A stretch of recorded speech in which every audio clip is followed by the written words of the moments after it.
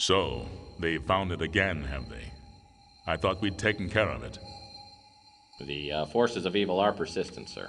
I'm getting too old for this. Who have we got lined up to deal with this problem? Murphy, sir. Oh, no, not Murphy. Afraid so, sir. What about Spade or Marlowe? Dead, sir. Isn't there anyone else? Sorry, sir, he's next on the list. Well, I suppose we'll have to make do.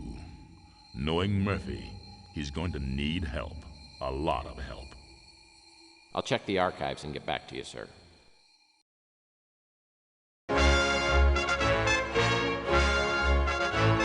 News of the day. As the Second World War enters its final days, Allied forces are on the march. The troops of the Western Alliance are occupied with the dangerous duty of ferreting out the remaining pockets of Nazi resistance. The storming of Berlin has crushed the heart of German opposition and sent remnants of the Fuhrer's troops scurrying into the dark reaches of the Black Forest. The Germans have vowed to fight to the last man in their quest for world domination. But their days are numbered, with Adolf Hitler dead and the once dreaded SS disbanded. The Allies have exposed the workings of the Nazi war machine and found it festering with ancient blood cults, whose rituals and ceremonies are too astonishing and barbaric to detail. Allied forces will not rest until the last cult member has been revealed and captured.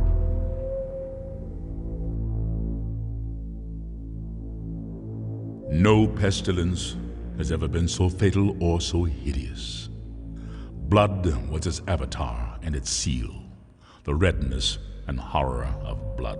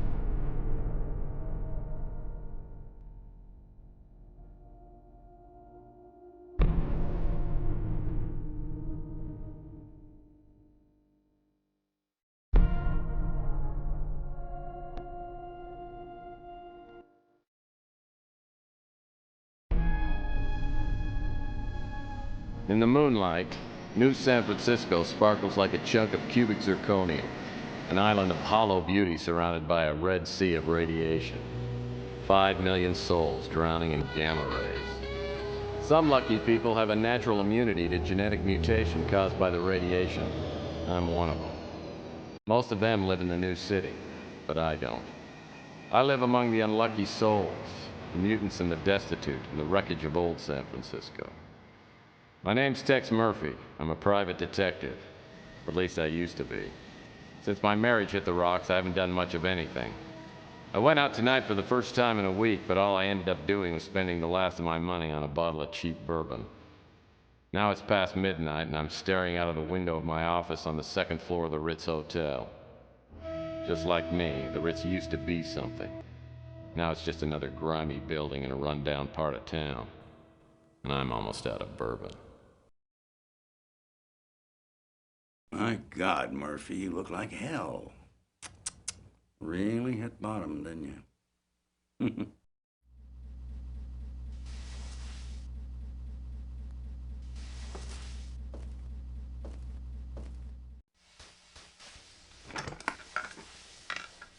Oh, I usually don't look this bad. I forgot to take my Geritol this morning. So, you want a drink? I saved my first one to have with you. No, thanks. I've been dry for 8 years now. Yeah, one morning I just looked in the mirror and decided I needed to make a few lifestyle changes. Quit smoking, quit drinking. Now I'm getting out of the business. Yep, I'm gonna move to the tropics and retire in a nice secluded island with a tribe of beautiful young women. You're getting out of the business? I guess that means the end of the world must be around the corner because you are the detective.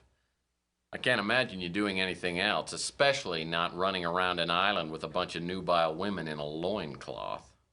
Oh, I can imagine it. I've been thinking about it for years now. Yeah. You know how it is. Lonely.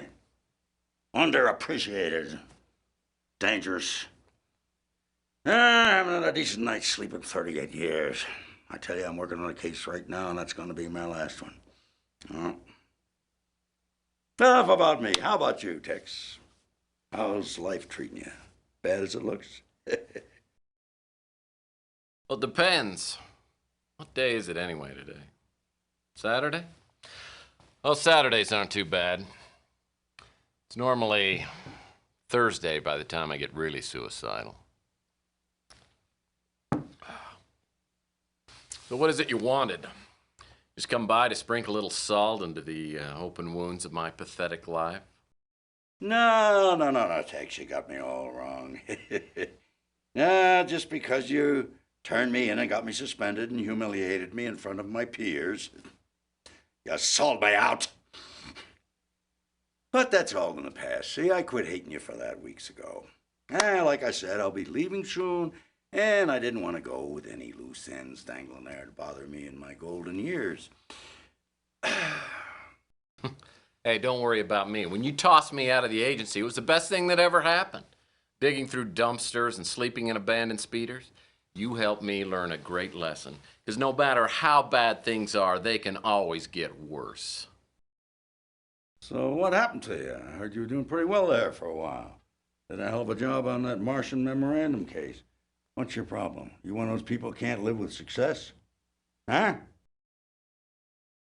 Well, I can live with it. I'm just afraid of commitment. Now you tell me something.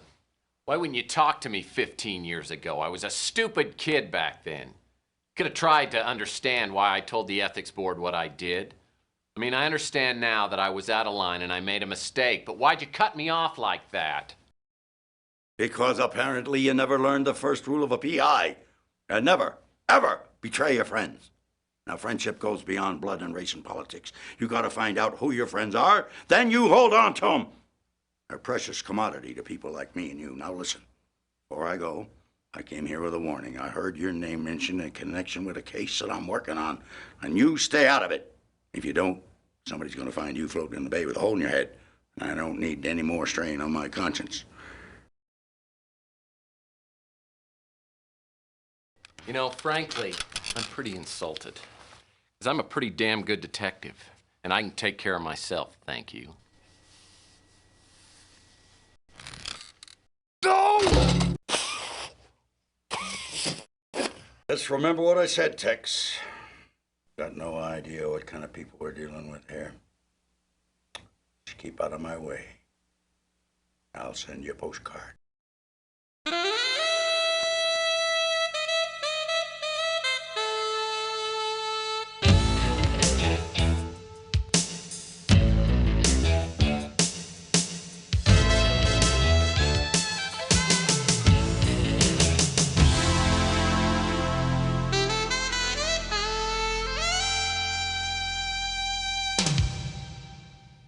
So last night, after 15 years, the colonel walks into my office. It made me take a good hard look at myself. Maybe I have hit bottom, and maybe I do look like hell. Lord knows the only exercise I've had lately is tipping the bottle and flipping cards into my hat. I gotta find some work. Contrary to what the colonel might think, I'm as good a detective as he ever was. Now I just gotta prove it. I'm gonna scare up a job today, even if it means finding somebody's lost puppy.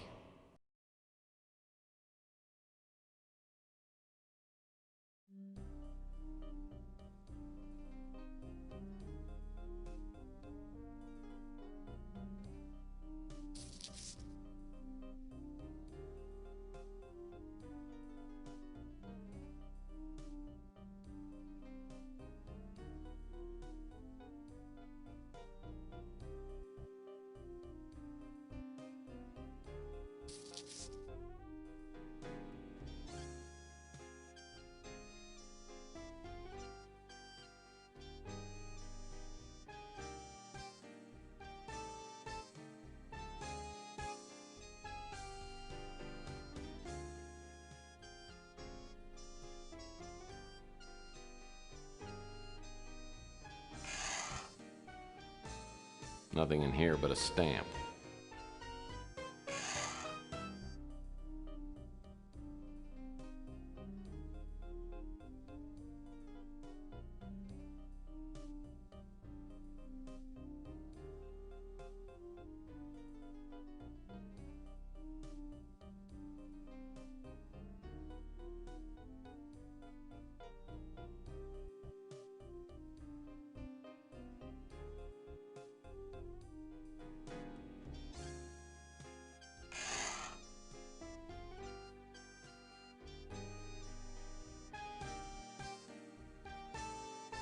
A pre-approved electronic shop credit card application addressed to the previous occupant. Just needs to be signed, stamped, and mailed.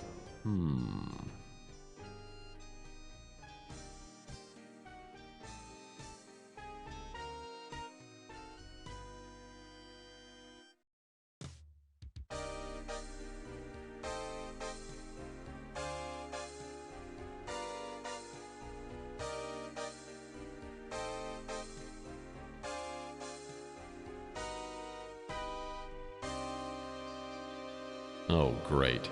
Another incoming message that won't print out. If I don't get a new fax machine, I'll be out of business.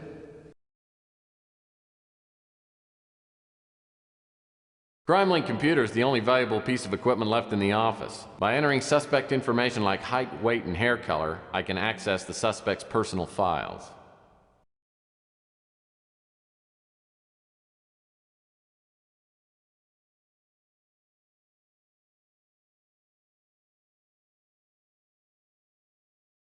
The old trusty sidearm. Been with me since the beginning. You want some of this, huh? Bam, bam! Hey, bam, bam, bam! Bam! Bam, bam! Bam! And you!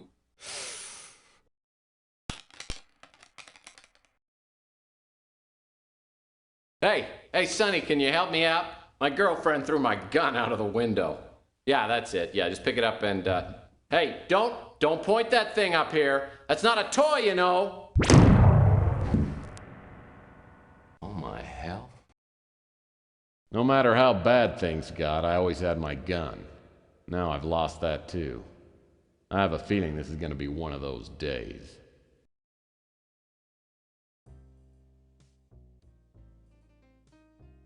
The air outside feels thick, like I'm breathing through a pair of dirty gym socks. It's a high radiation day. Most everyone will be staying inside, but I need to hunt for some work. I always like to start the day with the traditional PI breakfast. That hits the spot.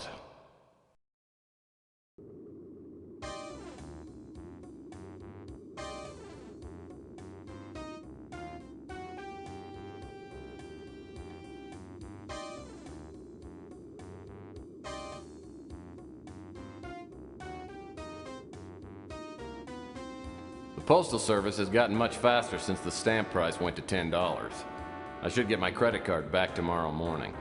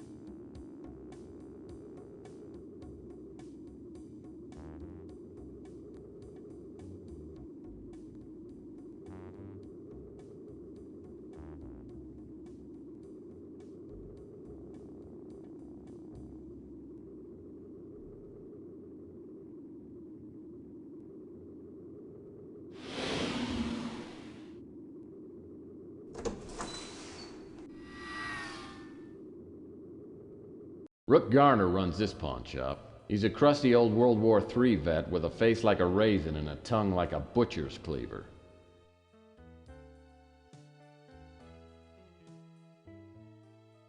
What do you want, Murphy? Fine. How you doing, Rook? I'm not in the mood for small talk. Fine. What do you want to talk about? Let me tell you about my great day, Murphy. Last night, someone broke into my pawn shop.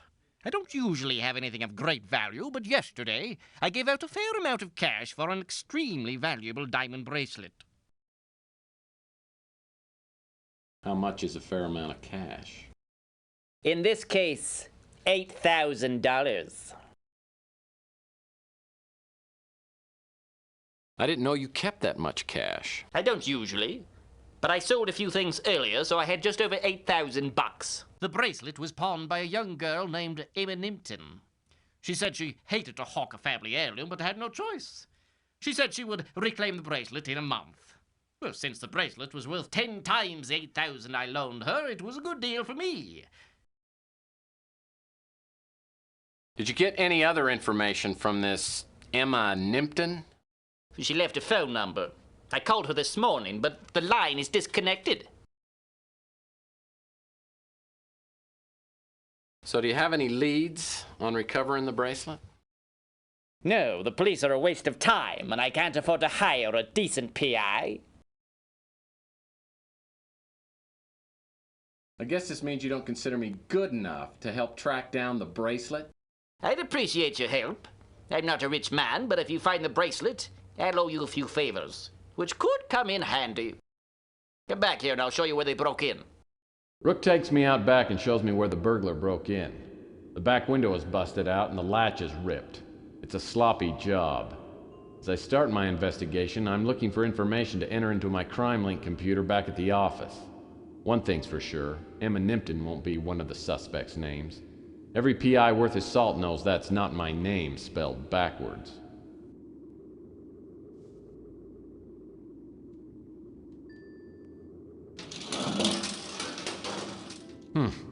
Looks like a key of some kind. Looks like a shoe print is outlined in that sticky pool of something resembling chocolate. Footprints about a size 14.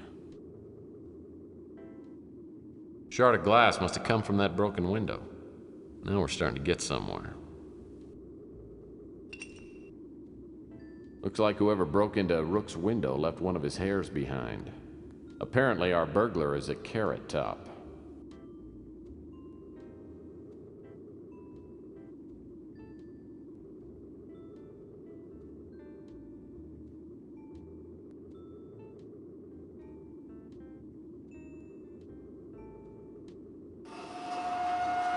Well, I'll be darned. Except for the filth and stench, the interior isn't much different than the average studio apartment. In fact, it's nicely furnished. Someone's been living here, and I wonder if he saw anything.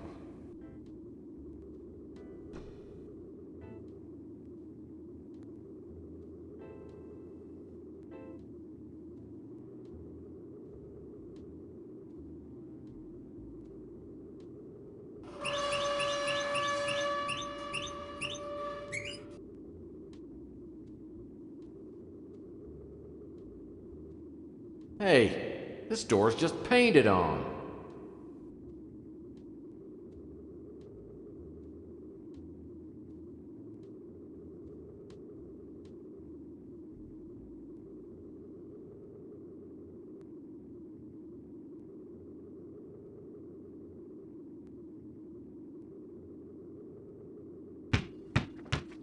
Ten seconds left. Down by one. Murphy has the ball. He fakes. He drives. It's a 360. He's fouled.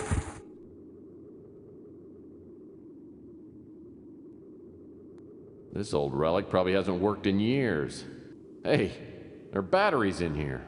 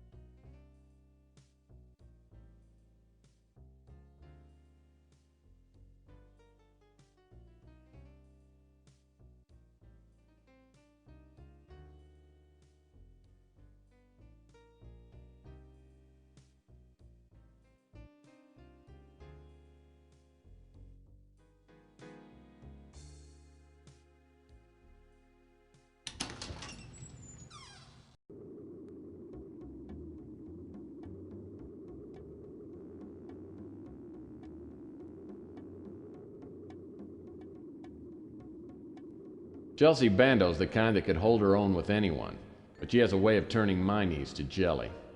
She's a mutant just like everyone else in this part of town, but she's a real beauty. Well, hello, stranger. Hey, sweetheart. Know anyone who could use my services today? Well, I guess that depends on which services we're talking about, big guy.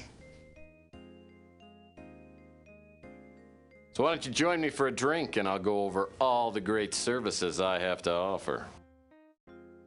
Gee, Tex, you know, that kind of talk could get you into trouble, but I don't drink with customers. I'd be happy to throw in a chili dog with that drink. Well, an offer like that, oh, that's hard to refuse. But no thanks. So, is there something I can do for you? Wish I could help you there, Tex. Yeah, you know, I remember Rook told me about the burglary. You know, I remember a stranger hanging around the past couple of days. It might be a dead end, but I seem to remember that the guy had these bright green eyes and a tattoo of an anchor on his arm.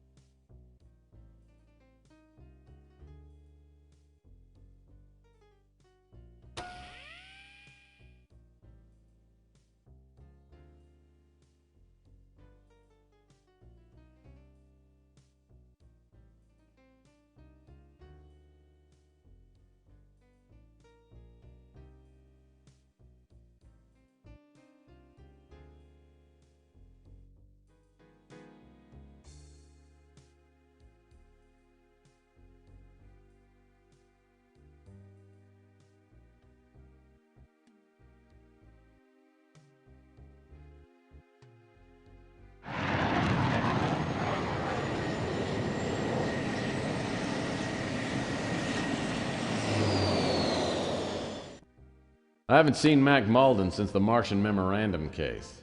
I remember him as a surly, incompetent, fat-nosed cop. As I step into his office, I can see he's changed. His nose is even bigger.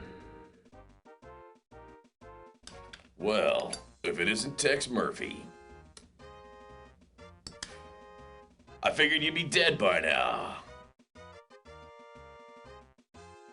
I could say the same about you. When's the last time you had your cholesterol checked? Still the wise guy, eh, Murphy? It was great to see you. Now get lost! Oh, come on. Remember the Martian Memorandum case? Hey, we made a swell team. Yeah, those were the days. I don't get cases like that anymore. Things are harder now. The mayor's office is all over me again. You heard about the string of pawn shop robberies? We have no suspects, and I'm catching the heat for it. So you and your crack team of detectives have no leads? Of course we have leads, you pots. We know he's a Norm, Caucasian, and has AB negative blood. That narrows down our list of suspects to about 1 million. Now get out of my hair. I got work to do.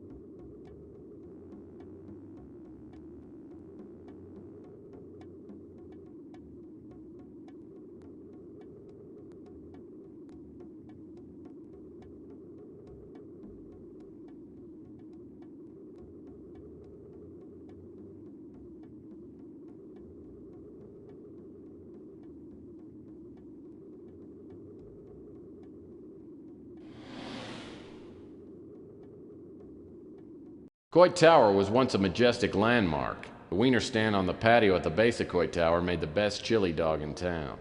No one's here right now, though, so I better check back later.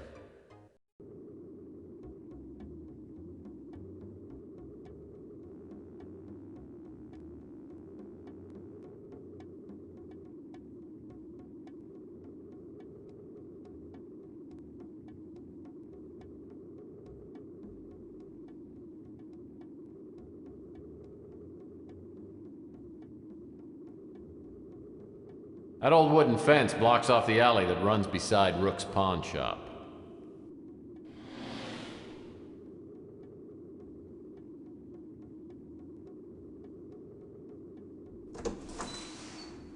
So, Murphy, have you come up with anything yet? Well, it's hard to say, but I'll get back to you later.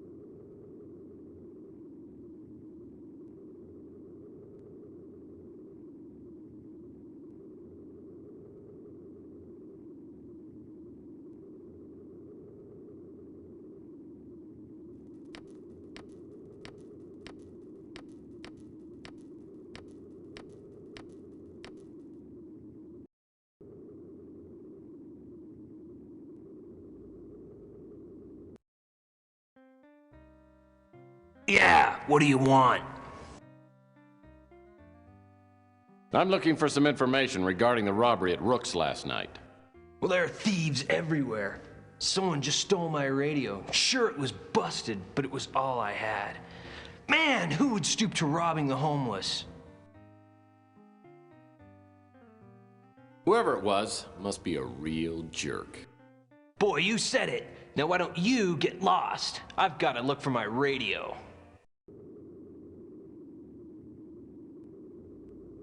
Oh no, not you again. Look, I'll warn you right now, I'm almost out of chocolate syrup and I'm not in a good mood. You know, I just might have something that would improve your ugly mood. Is that so? Well, what?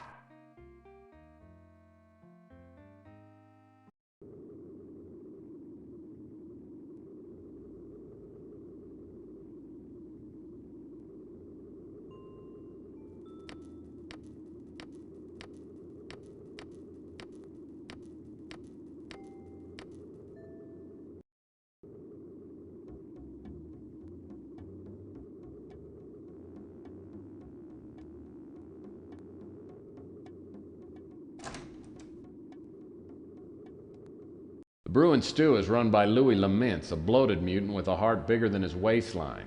Everyone comes to Louis's cafe. So does all the street talk. If something's going on, Louis knows about it. What can I do for you, Mike? About a pitcher of beer and the love of a good woman, Louis. I can't help you with the woman, Mike. Yeah, no problem with the beer, though. Put it on your tab? Why not? How many $1,000s do I owe you anyway? Don't worry about it, Mike. I know you're good for it. Rook told me about the bracelet, but I don't know anything more about it. Rook's been robbed before, but he's never had anything really valuable taken. This is gonna set Rook back for a while. Too bad the cops have turned a blind eye. You want to try a slice of my chocolate pie? I can give you a piece to go if you like.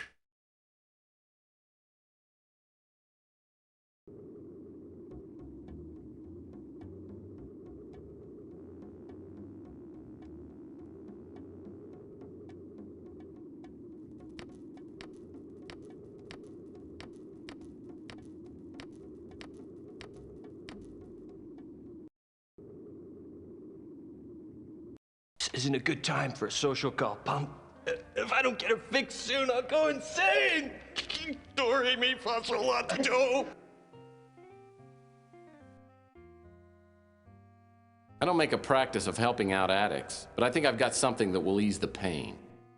Don't hold out on me, man. If you've got something, let's have it. Praise heaven! You've brought the ambrosia of life. Ask me anything you want.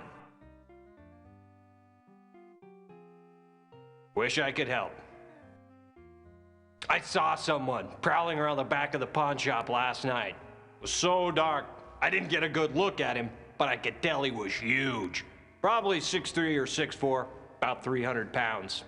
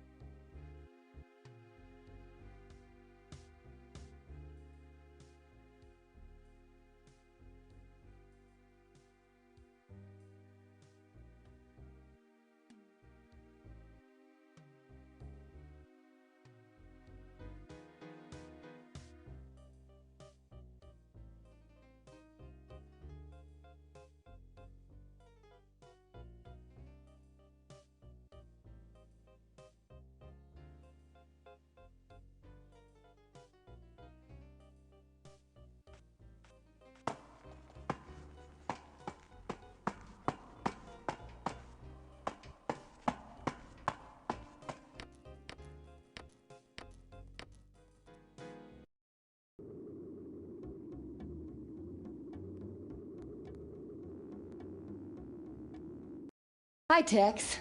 How's the investigation going? Is there anything I can do to help?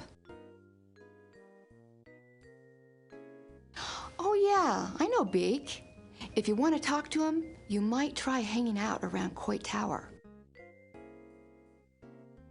Sorry, I haven't heard anything about that.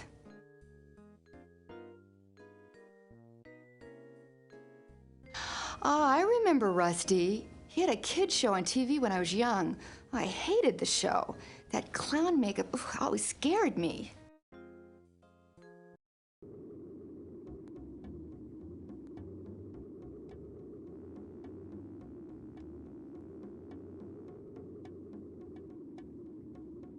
I walk up the steps to Coit Tower and spot a small figure lurking in the shadows. In the half light, I can see only the person's profile, but it's definitely Beak. As I walk towards him, he glances around, then approaches me warily, like a vegetarian sizing up a pot pie. What are you staring at? You must be Beeknerese. Huh? Yeah, that's me. But I ain't smelled you before. Who are you? I'm someone who'd like to make a deal for some information. What's that? Deal? Well, I'm listening. What you got? Okay, I can use this. My nose has started sagging lately. Makes it hard to breathe. Now, what kind of info you looking for,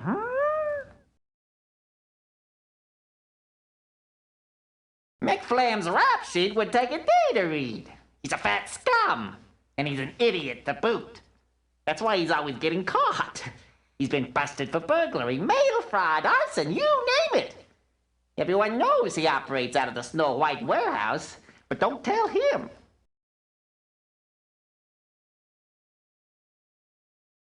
I think he's dead, and I'll bet Mick Flemm had something to do with it.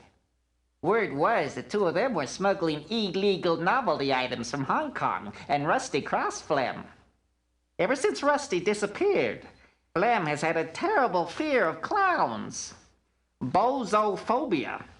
I once saw Flemm pretty drunk, and he said he had nightmares of Rusty's ghost coming back to haunt him from the grave. He was completely terrified.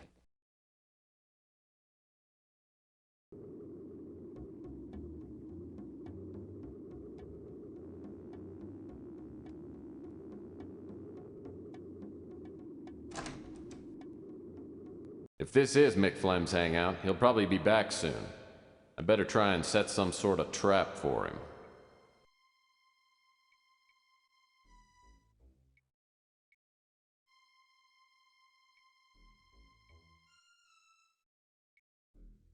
This key must fit a lock around here somewhere.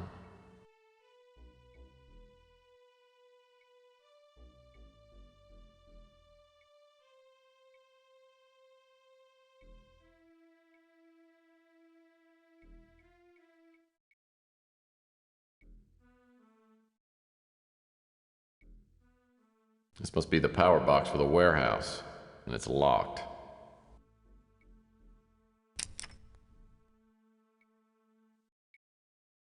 The sound is coming from up on the landing. Looks like the on-off switch controls a pulley hook. It's running back and forth along a track.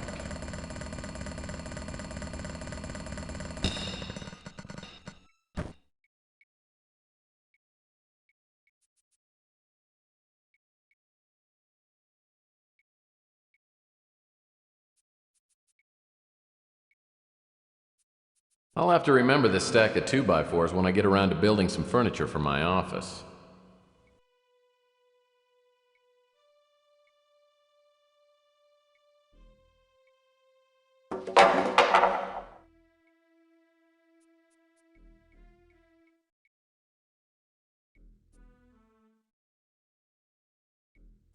Apparently some fireman dropped off his uniform to be cleaned and forgot to pick it up.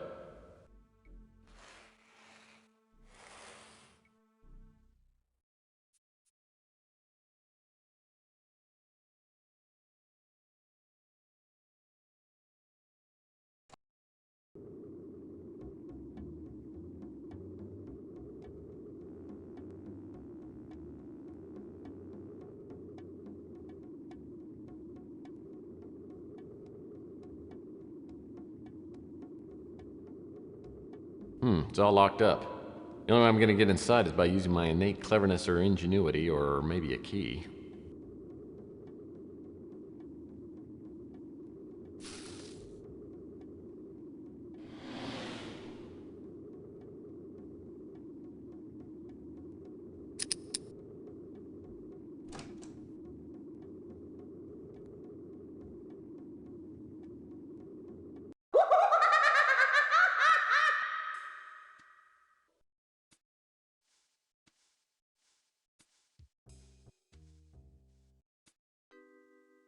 Cool. A plastic dart crossbow. It'll make a nice addition to my non-violent weapon collection.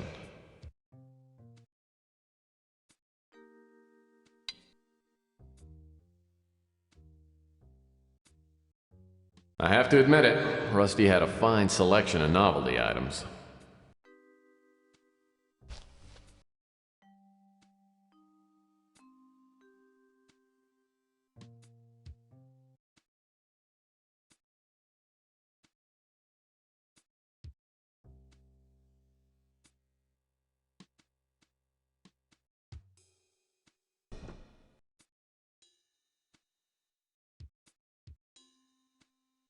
It's a rusty clown life-size doll. Wow. It's a dead ringer for... Oh, no pun intended.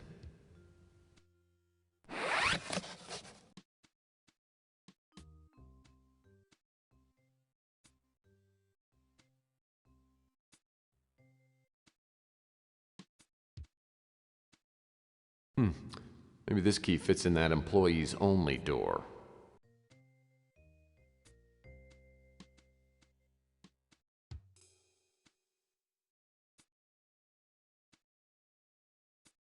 Looks like some kind of in-house television. Hi, kids, it's me, Inspector Burns. And as we all know, fire can be our friend, but fire can be our foe. So many times, fires start so carelessly. And what can fires do? Fires burn you. Never, never light matches. No, no, no. Fire is dangerous. Fire made me look like this. Do you want to look like me? No, no, no. Don't look like Inspector Burns. Don't play with matches. Inspector Burns. I always thought he was a freak, but the kids love him.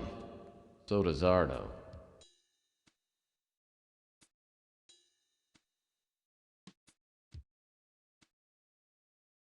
Well, I have no idea what I'd ever do with a stacking ring, but what the heck.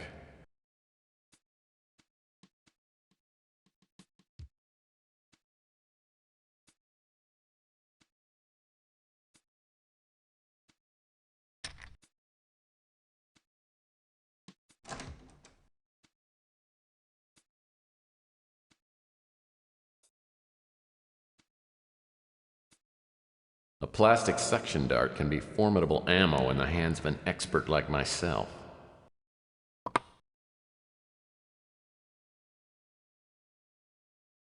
A balloon strategically located near the water faucet. Looks like Rusty didn't go down without a fight.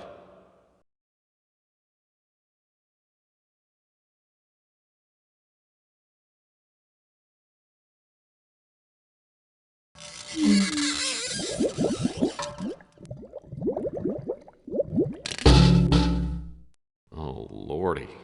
So this is where Rusty ended up. What a way to go. I'm willing to bet he didn't crawl in here on his own. Someone murdered him.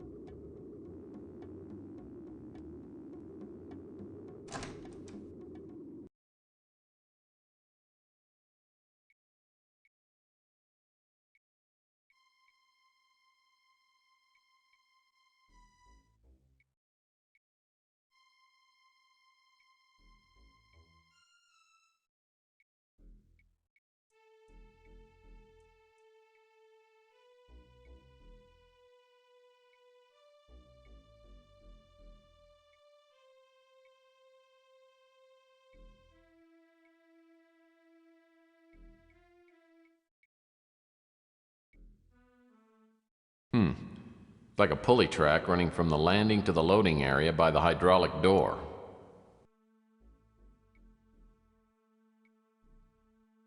Well, that's not gonna work.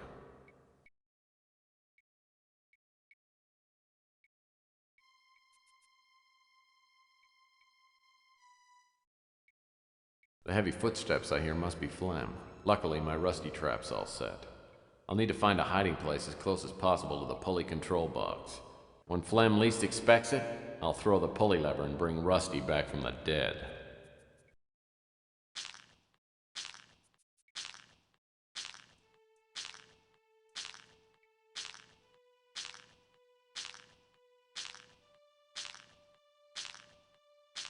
So, this actually operates the pulley up on the landing.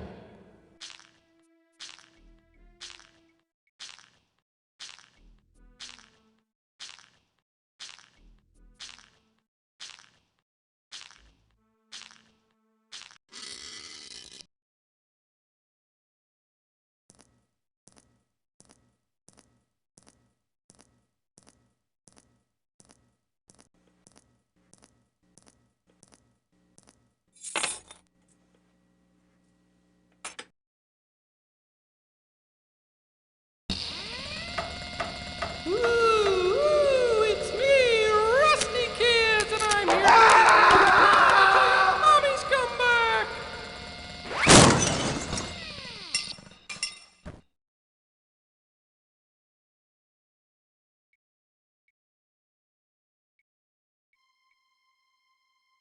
Damn, I'm good. This has to be Rook's bracelet. Mick ran off without his keys. I'll bet at least one of these will come in handy.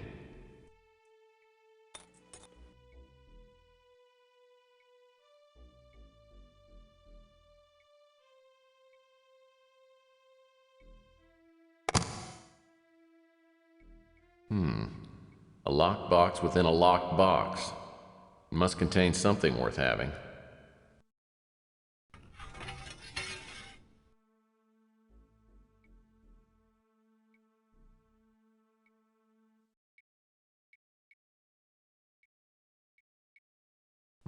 What do we have here? Unless I miss my guess, this is jade. It's good quality, too.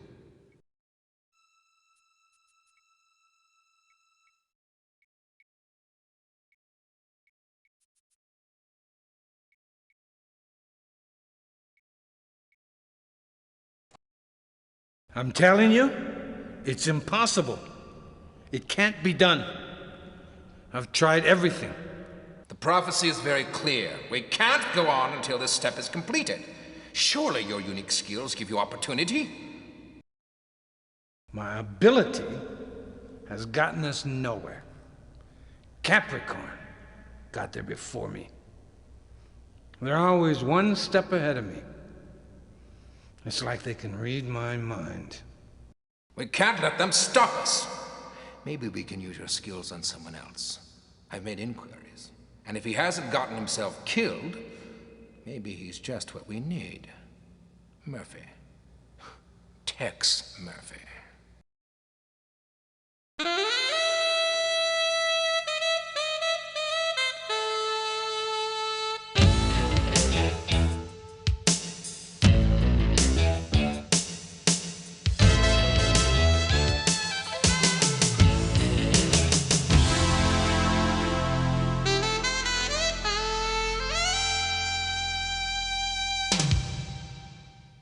I feel better today than I've felt in a long time. Boy, did I stun Rook when I walked in and handed him that bracelet. Okay, so getting the bracelet back doesn't make me Detective of the Year, but it does stimulate the confidence glands. Maybe I can succeed at this business and turn my career around. But if I'm gonna do that, I better do something about my fax machine. Who knows how many new opportunities I've missed to show the world my greatness.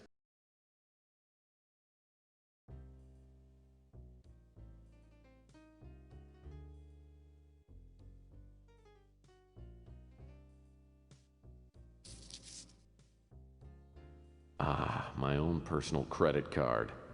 I'll need this to get into the electronics shop next door.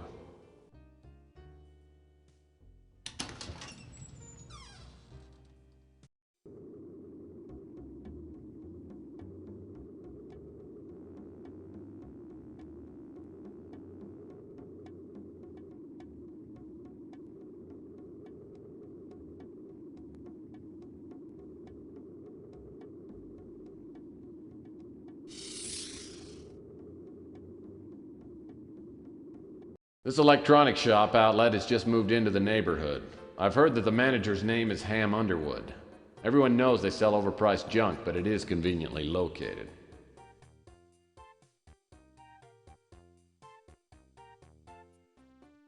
Hi there, how can I help you? I just came by to welcome you to the neighborhood. My name's Tex. Pleased to meet you. My name's Underwood. So, what can I do for you? Do you have fax machines? Sure do. In fact, there's one older model in the blue light special box. I tried not to stare, but it threw me off when I saw how cross-eyed Ham Underwood is. I'll have to keep in mind that anything he says is on the left is probably on the right.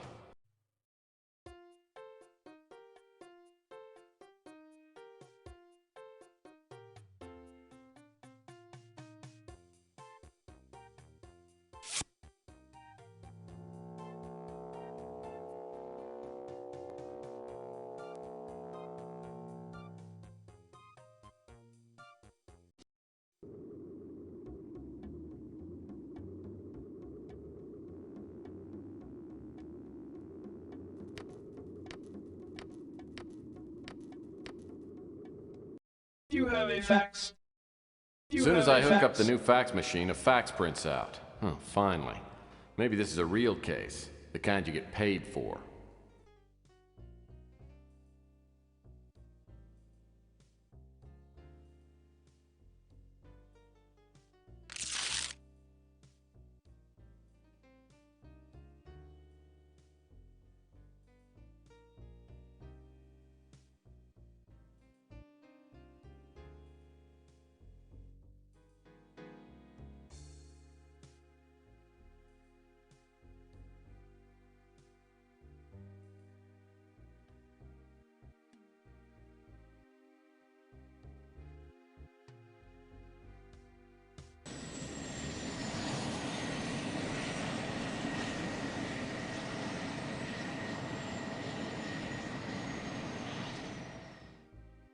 Countess Renier.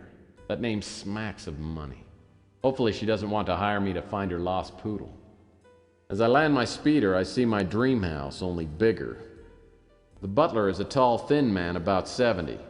He tells me the Countess is expecting me and shows me into a large, lavishly furnished drawing room. I'm the Countess Renier. Please, have a seat. Thank you. You know, I'd pictured you being, well, older and heavier. No one is born old, Mr. Murphy. Now, shall we discuss our business while we're still young? Oh, by all means. Pardon my interruption. Your services have been recommended to me by a trusted friend who prefers to remain anonymous. Suffice it to say that your unique abilities are what I need right now. Which of my unique abilities are you referring to? I'm sure you have many unique abilities. The one I would hire you for is your talent of locating people and things. I've been told this talent has made you some friends and many enemies. Well, correct me if I'm wrong, Countess, but wasn't it Roy Rogers who once said, "You can't please all the people all the time"? Save your homespun humor for a more gullible woman. What I'm asking you to do may make you very unpopular with some people. Exactly how unpopular are we talking here? Let me give you some background information, then you can decide for yourself. Some time ago, a family heirloom was stolen from this bungalow. I do keep most of my valuables on my estate in Europe, but on this visit, I brought the piece to show a friend. Within hours of my arrival, I found it stolen, and I have made extensive inquiries trying to retrieve it, but I found out nothing. Well, I'm sure you have more resources, talking about cash, than I do. You should be able to buy all the information you need. What makes you think that I can help you? Oh, I don't. I remembered what my friend had told me about you after I had exhausted every other option.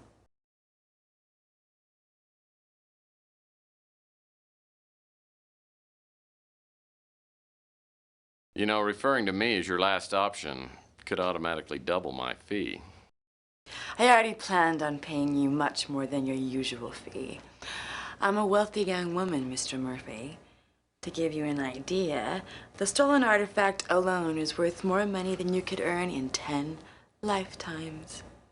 Oh, we'll see about that when I win the clearinghouse sweepstakes.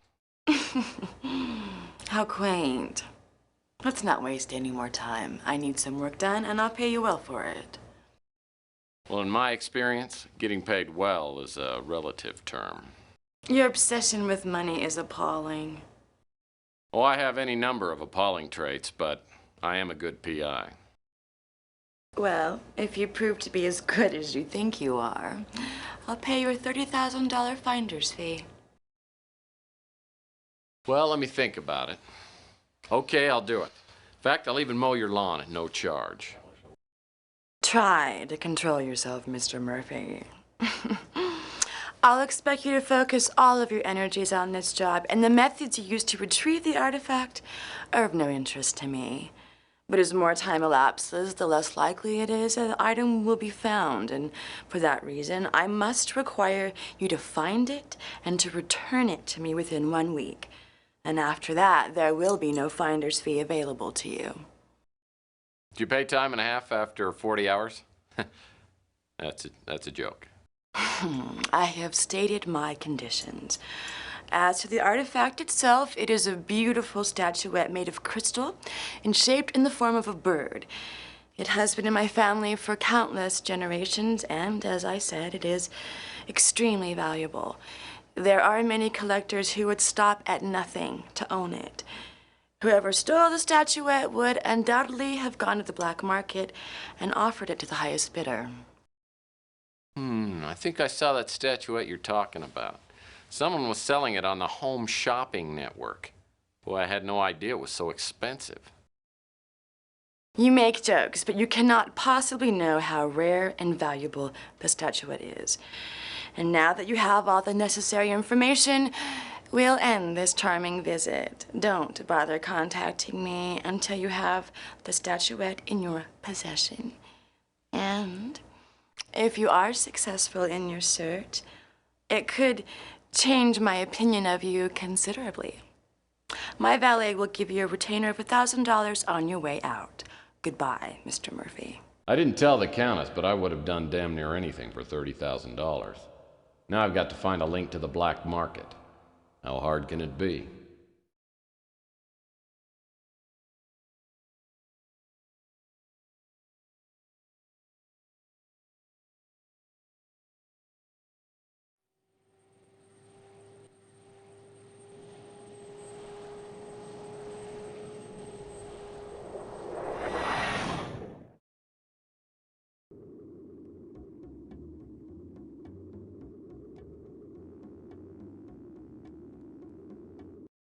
Hey, I heard you took care of Rook. Pretty impressive. Let me show you my investigative abilities. Then you'll be really impressed.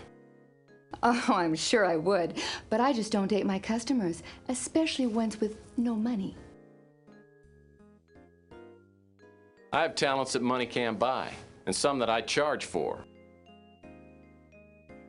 Oh, how intriguing. So, is there something you came to ask me about? Wish I could help you there, Tex.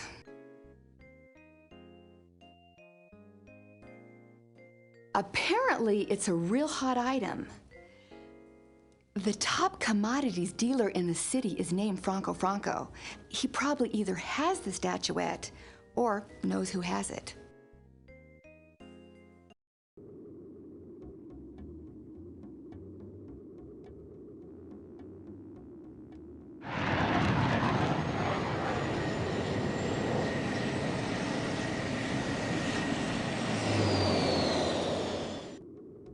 Hey, Murphy, guess what? We got the guy who robbed those pawn shops. Turned himself in. Can you believe it? Kept babbling something about a clown coming back from the dead to haunt him.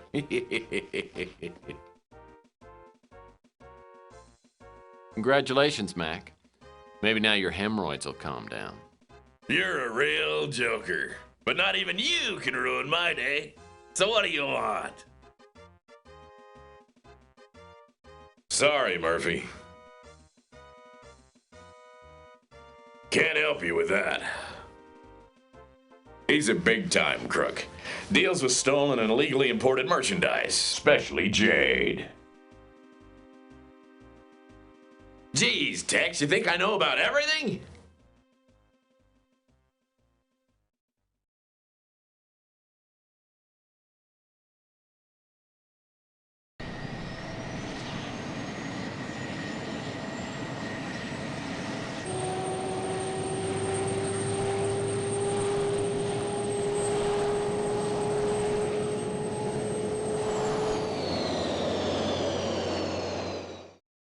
What else can I help you with, Murphy?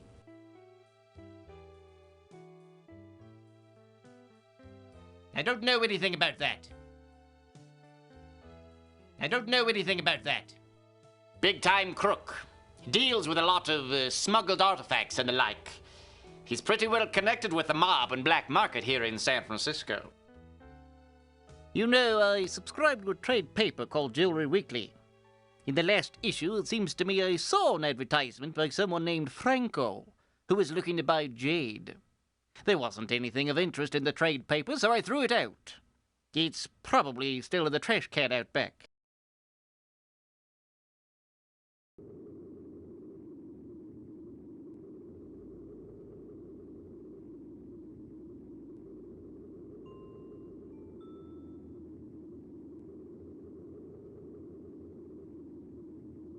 I wonder what all these garbage cans are doing around here. Maybe Rook is running a low-rent hostel.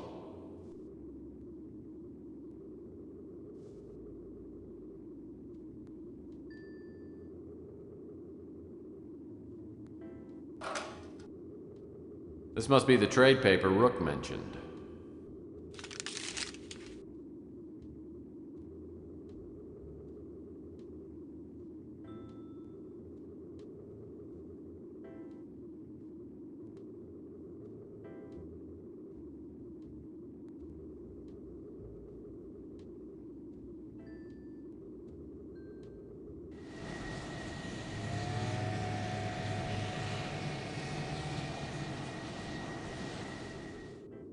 Being a movie buff, I've heard of the Alhambra Theater, though I heard it was closed down years ago.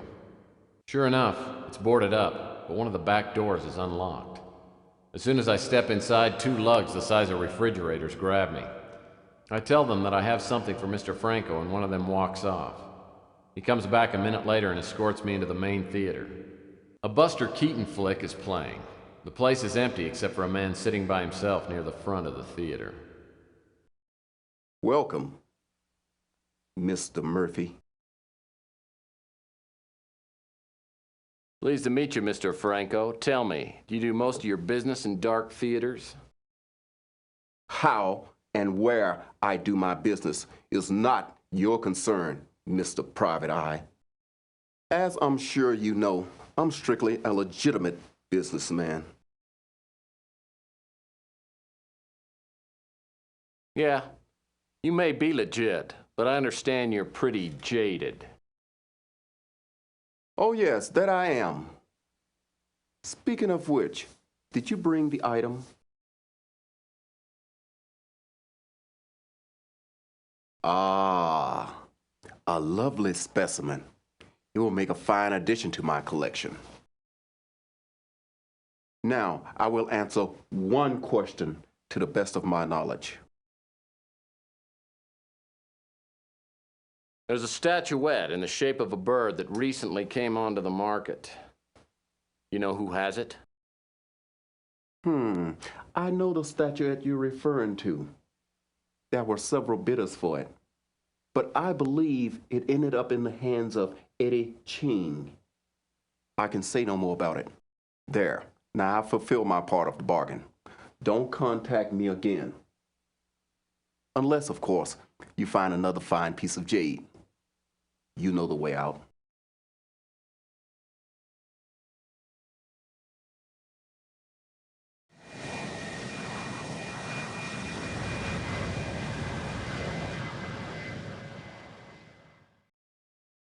You have a fax. You have a fax.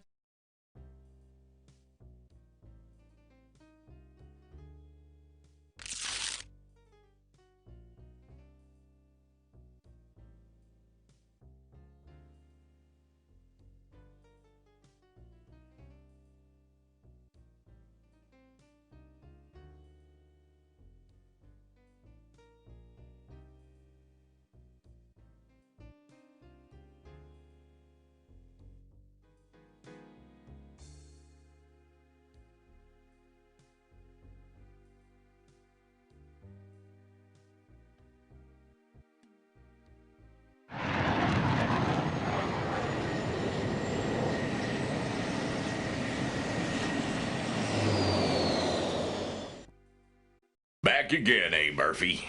What can I help you with?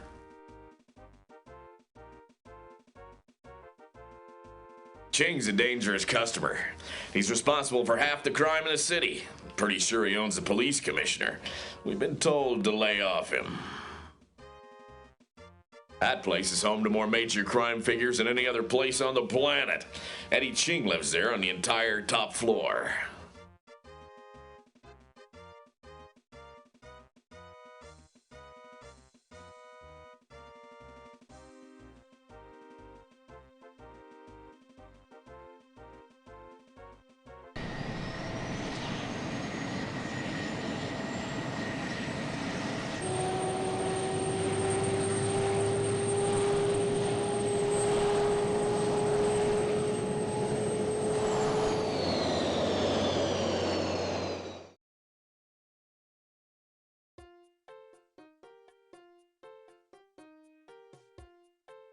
Back again, huh?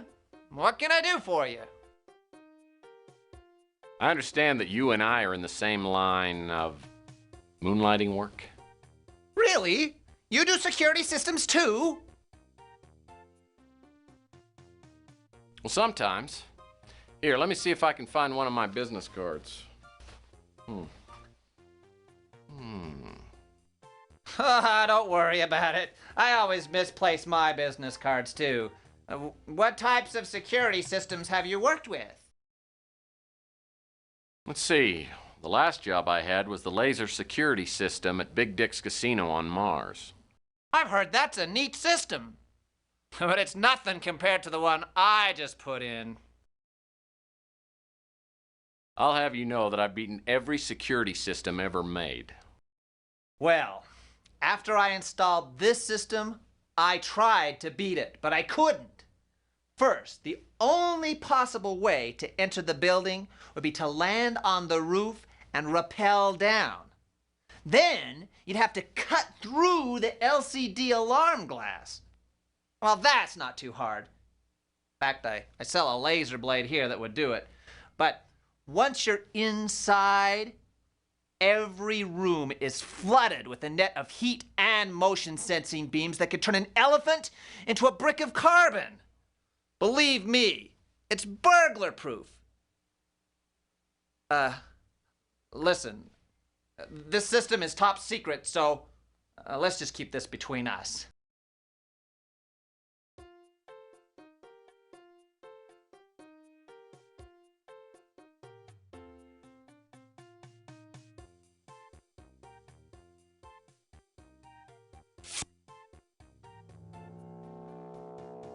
The Laser Blade 2000. Worthless except on glass. Hopefully Ham knows what he's talking about.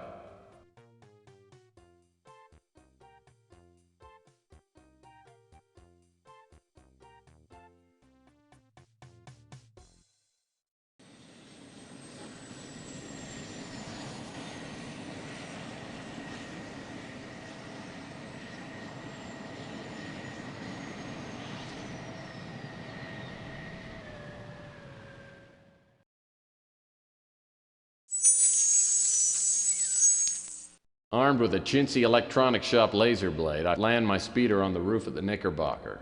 Hoping for the best, I rappel down the side and pull out the laser blade. The laser beam cuts through the LCD glass like it was butter. I gingerly crawl through the hole in the window and find myself inside Eddie Ching's library. Either Ham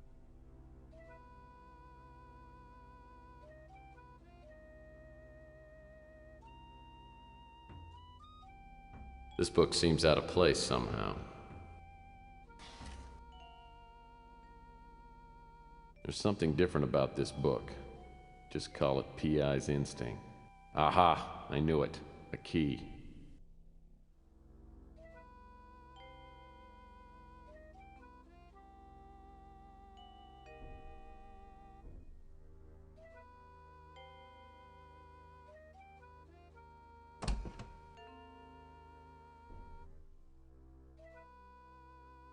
Clownfish confetti food.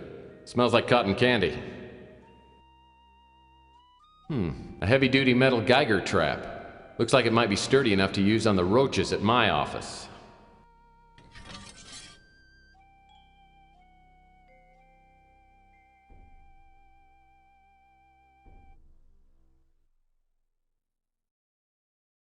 This aquarium has less algae in it than my water cooler back at the office.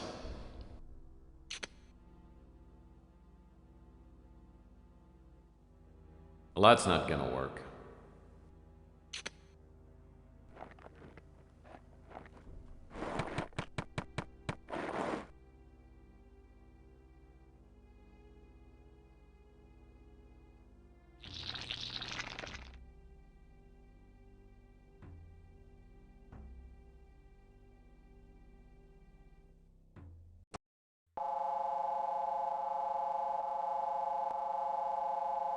So these are the laser nets Ham was talking about. There's a power box at the far end of the hallway with a button flashing. Maybe if I can hit that button, it'll turn off the laser nets.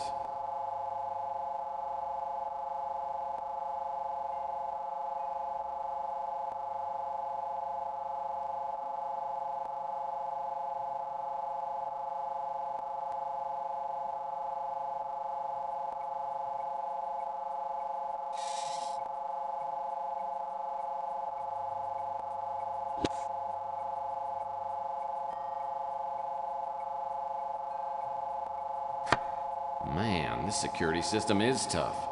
My brilliant shot didn't turn off the beams, it just popped open the power box. Looks like there's a lever that needs to be pulled down.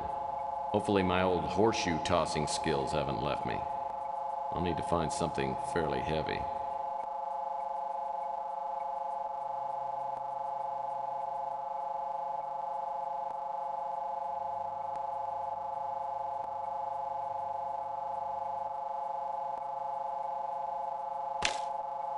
As soon as the ring hits the lever, the laser net shuts down.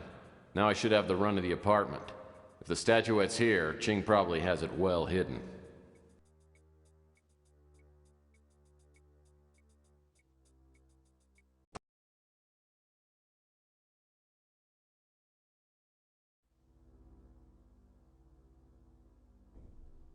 There is a Geiger in the terrarium.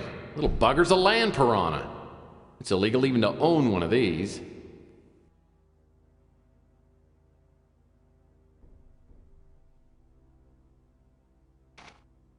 Small mirror provides the opportunity to touch up the old hairdo.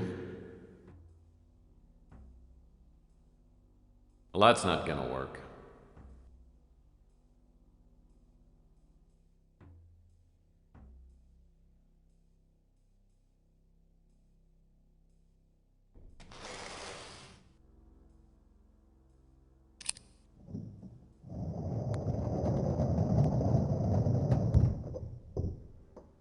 Sounds like something big moved back in the library when I used Ching's key on the switch lock.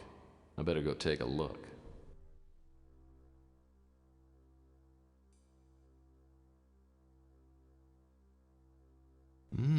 Geiger chow. It's got real roast beef flavor and makes its own rich gravy.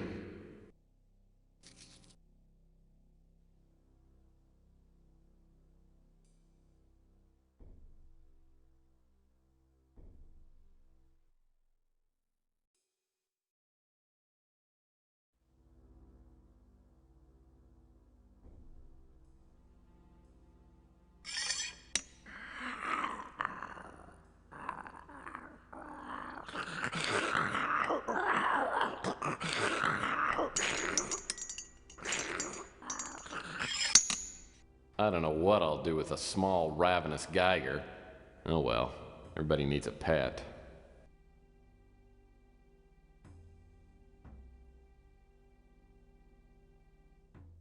Looks like a fax. I don't want to be nosy, but maybe I should take a look.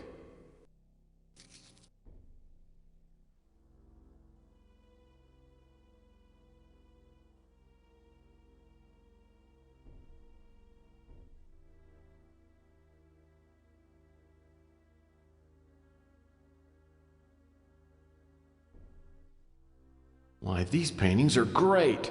Just look at the nudity. I need to visit more museums. An Ultra-Safe 8000, huh? Top of the line.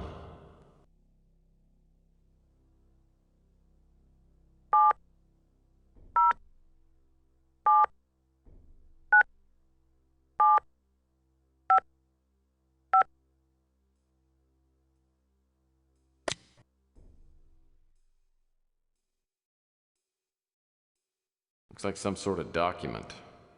Must be important if it's in the safe.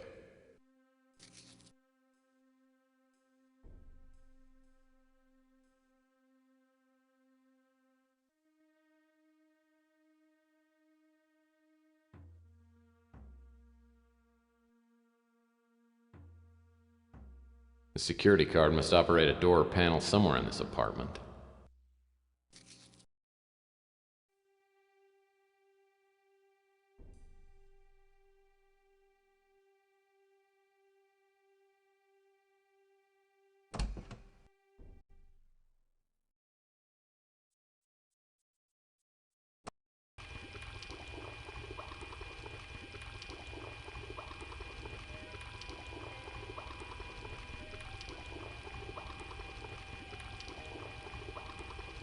Well, look what's behind the bookcase. A secret room.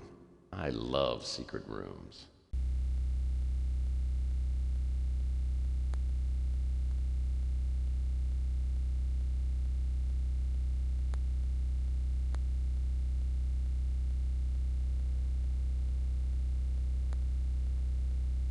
This sign apparently has something to do with the lever.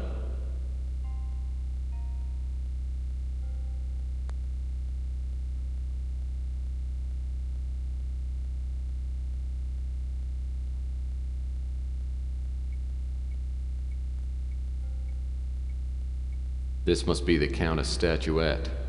I guess she wasn't exaggerating when she said how valuable it was. If I try to reach the statuette with those laser beams on, they'll light me up like a Duralog.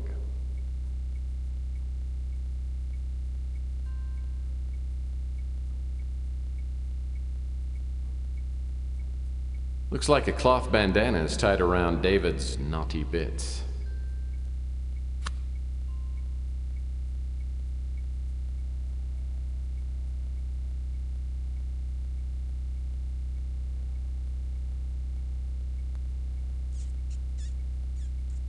Sign was certainly dusty.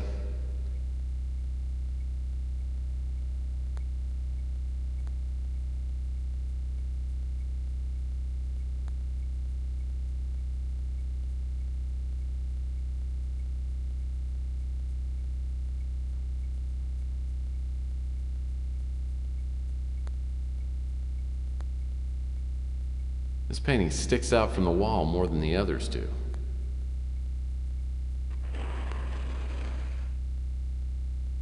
Aha! A security card slot. This must be the control for the pedestal where the statuette is.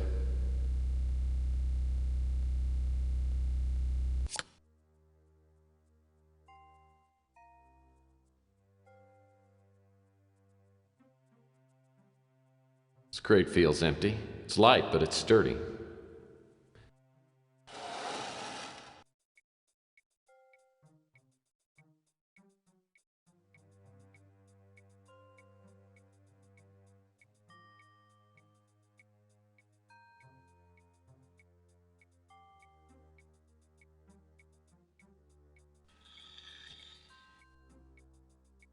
Come on.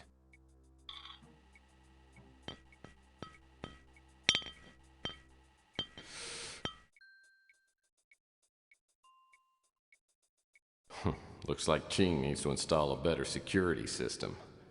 Countess will be glad to get this statuette back, almost as glad as I'll be to take her money. I'll return the statuette to her first thing in the morning.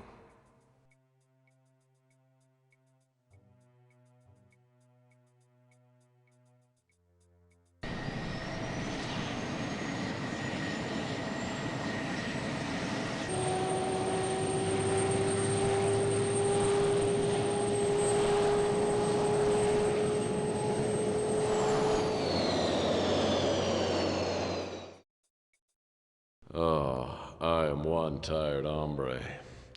I can't wait to... Oh, shoot.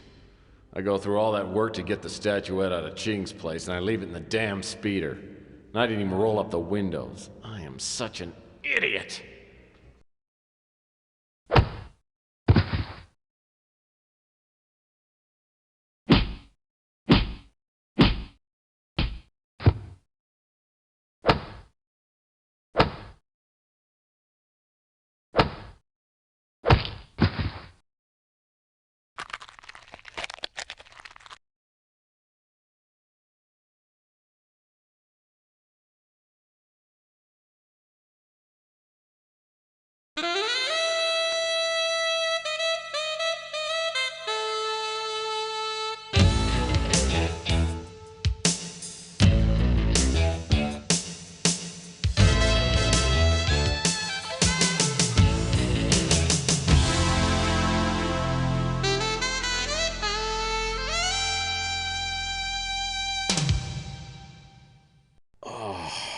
My head feels like it's been pounded with a lead pipe. I guess it wasn't a bad dream after all. I wonder how I got here to my office. All I remember is flying pipe and stars. Damn it! After all the trouble I went to get that stupid statuette, someone just walks up and takes it like candy from a baby. And my wallet's gone too. I hope somebody on the street saw me get jumped. I've got 29,000 reasons to get that crystal bird back. Hopefully I haven't used my tube of miracle facial cream. It should help reduce the swelling and make me look almost human again.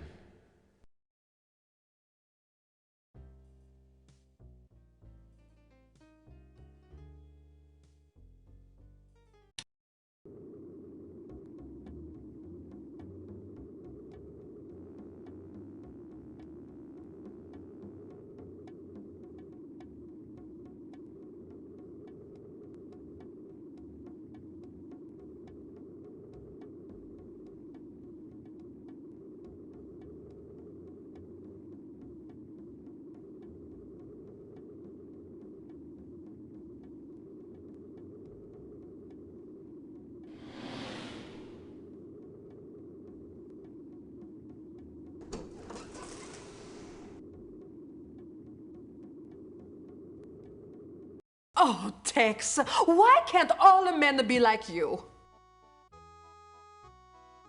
Because if all men were like me, you women would have a harder time finding something to complain about.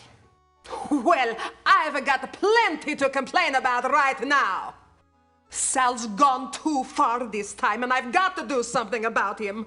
It's humiliating the way he's been flaunting his latest affair with some floozy. If I had some hard proof he's been sleeping around, I could finally divorce him and get some money from him. You know, Fran, a good PI like myself can come up with hard proof in his sleep. I bet you can, mister. And that's why I'd like to make a deal with you. I saw you get jumped last night. Sal told me to keep quiet and that telling you would put my life in danger. But I'm willing to talk if you'll give me some proof that Sal is having an affair. Then I could divorce him and get some of the money he's been hiding away all these years. You drive a hard bargain, Francesca. But I need a lead on my case, so I'll see what I can dig up on Sal. I don't know anything about the girl Sal is seeing. I've gone through his things, but haven't been able to find anything except for this note. I think it meant to be a coded message. I'm sorry I don't have anything more for you to work with. Let me know when you've got something.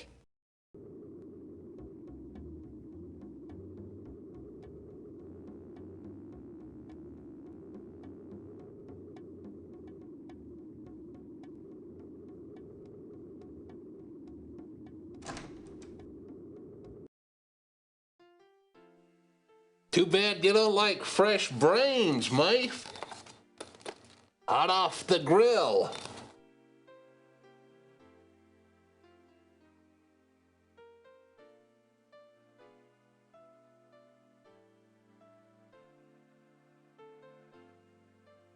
Franny told me you got whacked. I haven't heard any word on the street about who would have done it. As a matter of fact, he just left. You'd probably be interested to know that he tore up a note and left it in the trash. Louis tells me he just took the garbage and dumped it in the trash can just outside the Bruin stew.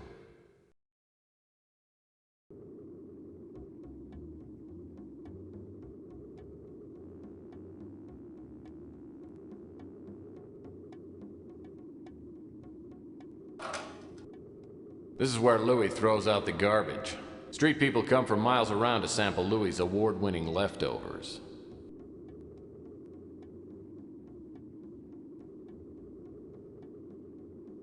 These must be the note scraps Louis told me about.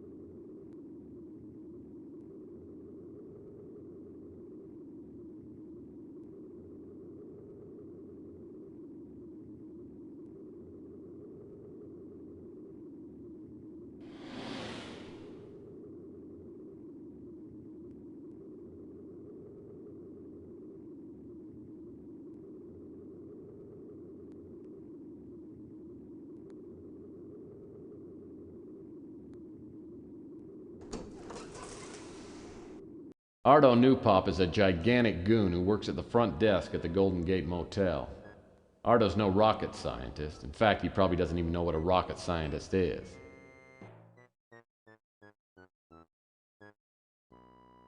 My name's Tex, and I'm a PI. I'd like to ask you a few questions.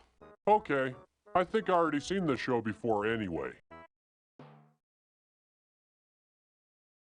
Captain Wallaby, your favorite show? It's my third favorite show. My favorite is the Inspector Burns Fire Safety Show. You know, Ardo, Inspector Burns and I are really good friends. You are? Wow!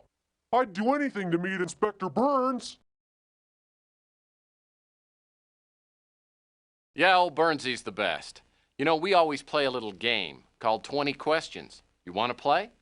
Okay. I can answer some questions, but first I have to put on my fire hat because Inspector Burns' Fire Safety Show is going to be on pretty soon.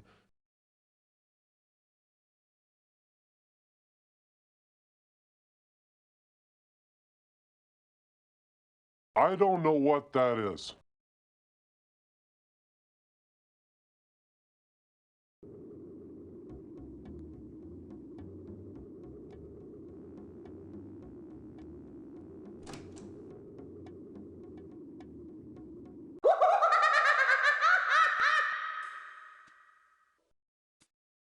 Ooh, a small nozzle. Probably a helium dispenser used for filling balloons.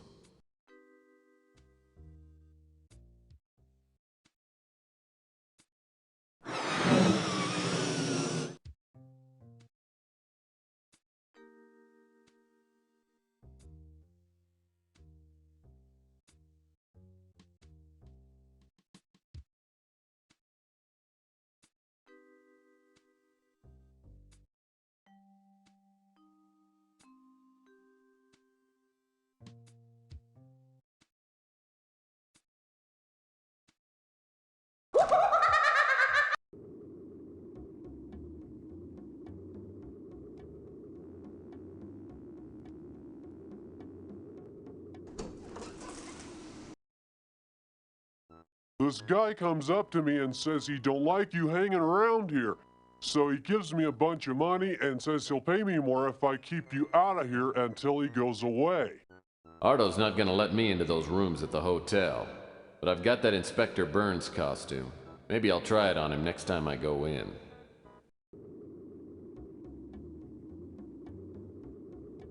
Now I've got an Inspector Burns disguise that would fool his own mother. It certainly ought to do the trick on a goofball like Ardo. It's my hero, Inspector Burns! Hello, Fire Safety Ranger Ardo. I've come to inspect your fine hotel for fire safety. Oh boy, this is a dream come true! Ready for inspection, sir! Well, that's fine, Ardo. Open up those doors for me and I'll inspect your hotel rooms. All right. I'll open the doors, Inspector Burns. After a few minutes, I find the door to the Regency Escort Service Hotel Suite. The door's locked, but there's a security panel on the wall beside it. Looks like it requires a password.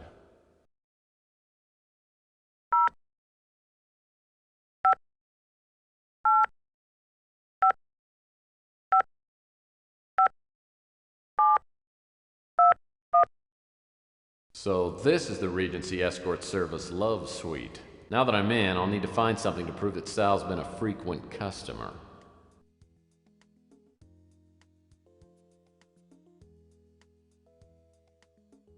Looks like a piece of bright, shiny foil. Must be from a bottle of champagne. This must be titled Mishap on the High Seas. A twisty board game. I used to play this as a kid. I wonder what the escort girls do with it.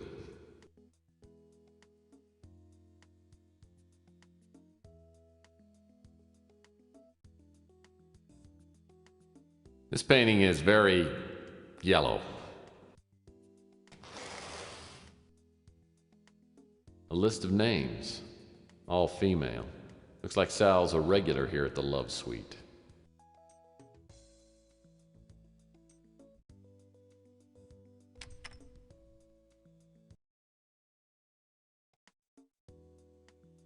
A Larson grand piano. Wow. That's even better than a Stoffway. Good evening, ladies and charms.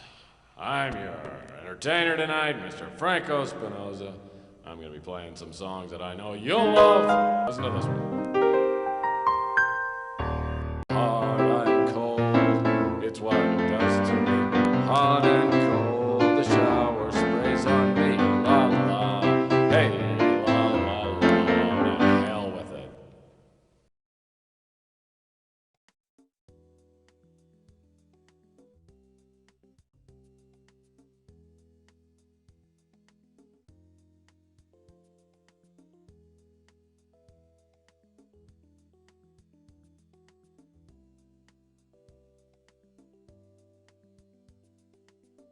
Oh, a Passion's Breath room deodorizer.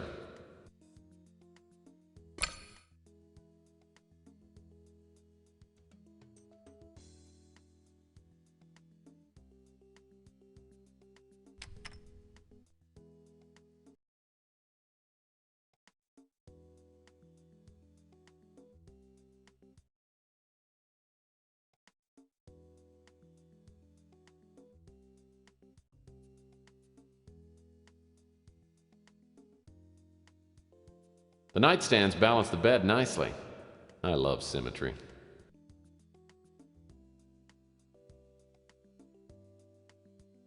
I don't think I ought to open that credenza. It might be full of Sal's underwear.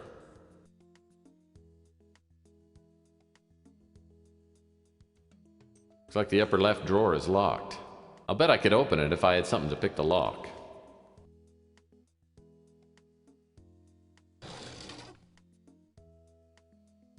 A Gideon's Bible. It figures. Everything points to Sal being an aspiring televangelist.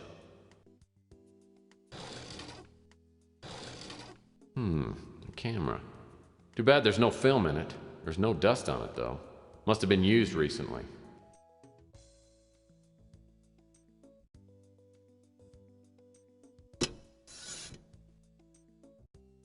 Oh, it's last month's Playbub magazine.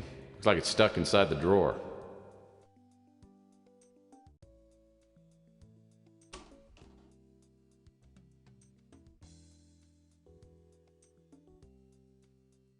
Champagne glasses end up in the weirdest places.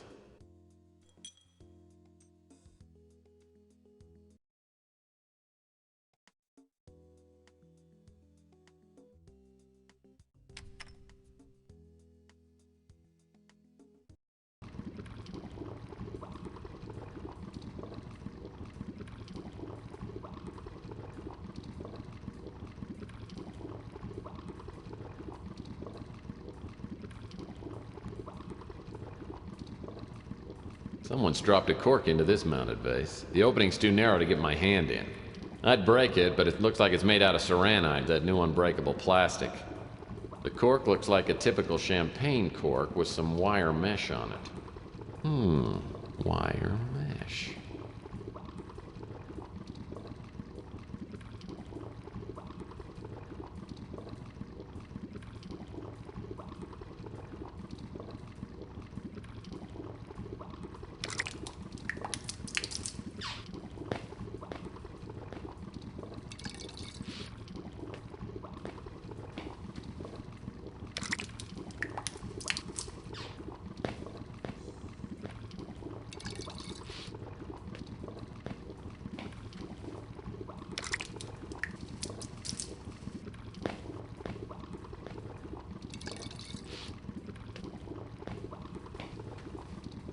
As I fill up the mounted vase, the champagne cork floats to the top. I'm just gonna reach in and pick it up.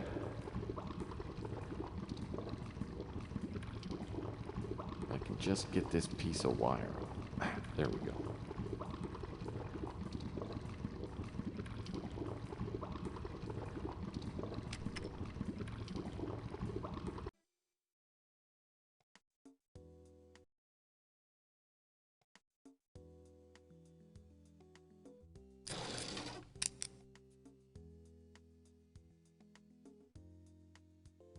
It's a shoelace. I hope it hasn't been used inappropriately.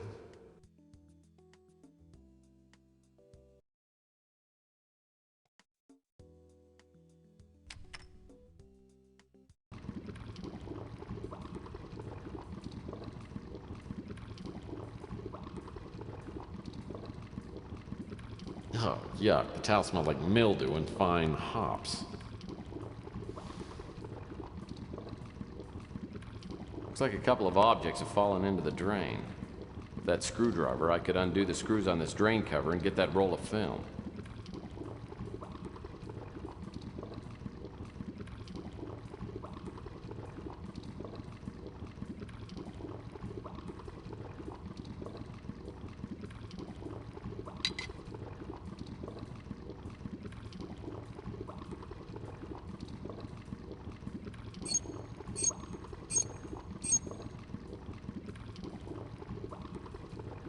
Looks like a roll of film down there. I believe it's a roll of nutty pictures.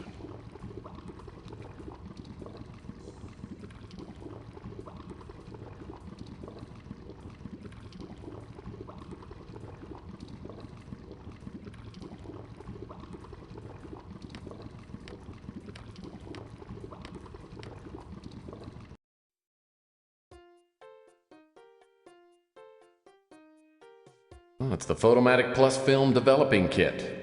How convenient.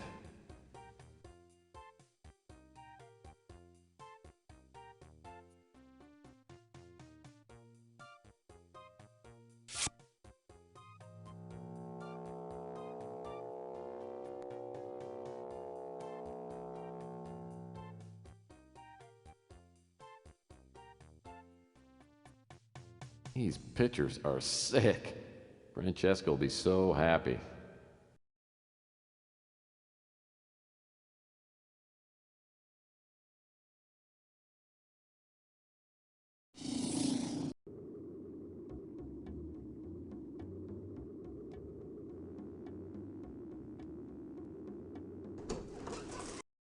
Well, gorgeous, you're back. Did you get the evidence I need? I think I might. Let me look inside my overcoat.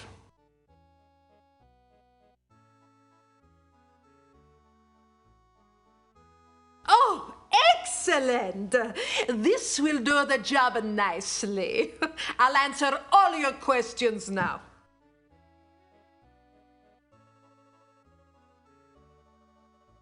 I was up late, having some espresso, then I saw you get jumped. The guy who hit you was real small, maybe a 5'6", 130 pounds. I didn't see his face. He took your package you were carrying, then ran off. It looked like a professional hit, but he wasn't trying to kill you. Believe me, if he wanted to, he could have. After the first guy took off, I saw another guy come running down from your office. He bent over you and went through your coat. Then he ran off too. I recognized the second guy. He was a mutant named Pug. In fact, I remember seeing him hanging around your office for the past few days.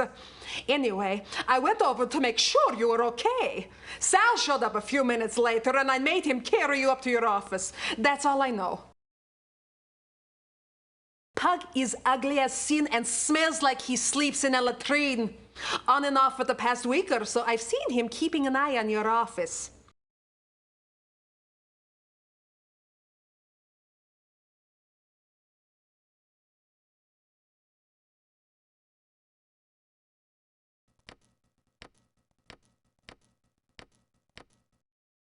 Hiya, Murphy. Well, you see my new nose. I'm so excited.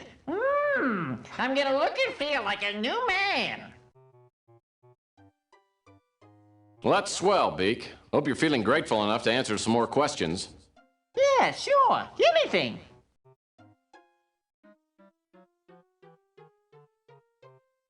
Well, Pug and I used to hang out sometimes, but I haven't seen him for a while. I heard he's gotten a job of some kind. He doesn't work very often, and he usually sleeps in a box down by the Snow White warehouse. Following Beak's instructions, I hang around the warehouse. Not long after, a gust of wind carries a horrible stench into my nasal passages. I turn and see a shadowy figure waddle into the alley. The way you look at me, it makes me nervous. I want my wallet and some information, and I want it now. I must be going now.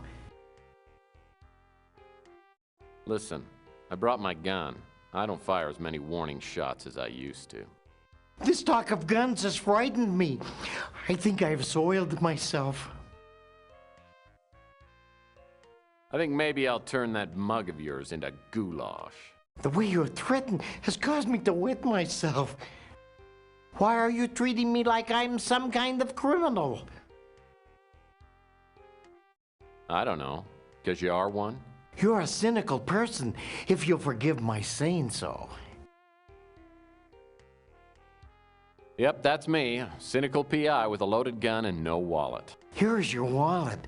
You will see I have spent very little of your money. Tell me, how did you find me?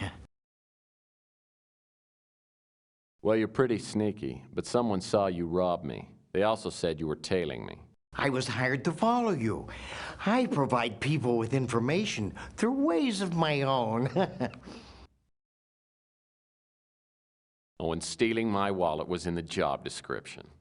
No, I'm just looking for ways to make extra money.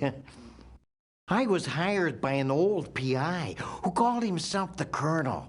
He paid me to follow you and report back on everyone I saw you talk to.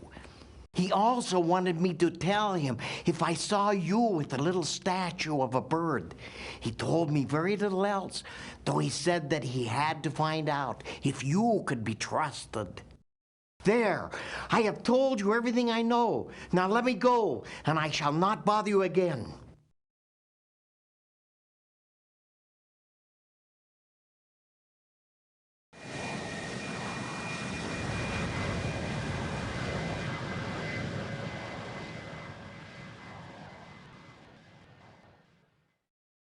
The Colonel was my mentor in the detective biz. When I was a young, idealistic crime fighter, I didn't understand some of the Colonel's unethical PI methods. I reported the Colonel to the PI licensing board and his license was temporarily revoked. In the years since, I've come to understand and even occasionally use the Colonel's questionable methods, but we've never made up. I haven't seen the Colonel's office since we fell out 15 years ago. From the look of the exterior, the Colonel's kept it up nicely. I knock on the door and it swings open. The place is trashed.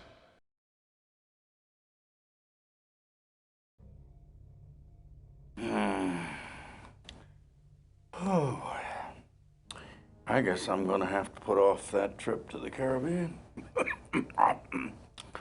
Maybe permanently. My God, what happened? Who did this to you? The Chameleon. He's some kind of shapeshifter. I swear he's the devil himself. What did he want? Why did he attack you? Oh, he thought I had it. When he found out I didn't, he tried to torture me into telling him where it was. Yeah, he got impatient, stuck a knife in my chest. I must have passed out. I didn't get enough sleep last night. Well, What was he looking for? the winter chip. The cult wants it. They're planning a doomsday party. They're afraid whoever's got the chip might stop them. You're going to have to find it and get it to Capricorn. Yeah, they know what to do with it. But I don't know where to look. You gotta give me some help. There's no time. There's a disc by the bookcase. It's got information on the winter chip. Don't fail me, Tex. I hope to God you've learned something after all these years. I fly the Colonel to the hospital and the attendants rush him into surgery, but won't tell me what his chances are. I know I should go and search the Colonel's office for the disc he referred to, but I'm having a hard time keeping my eyelids popped open. I decide to go back to my office for a couple of hours of shut-eye. As I open the door, I catch a whiff of expensive perfume, then feel my jaw slam into a brick wall. When my vision clears, I'm seated across from a beautiful Oriental woman with matching goons on either side of me. Good evening, Mr. Murphy.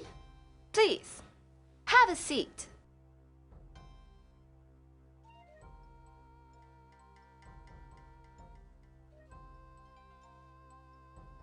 Well, who the hell are you, and what are you doing in my office?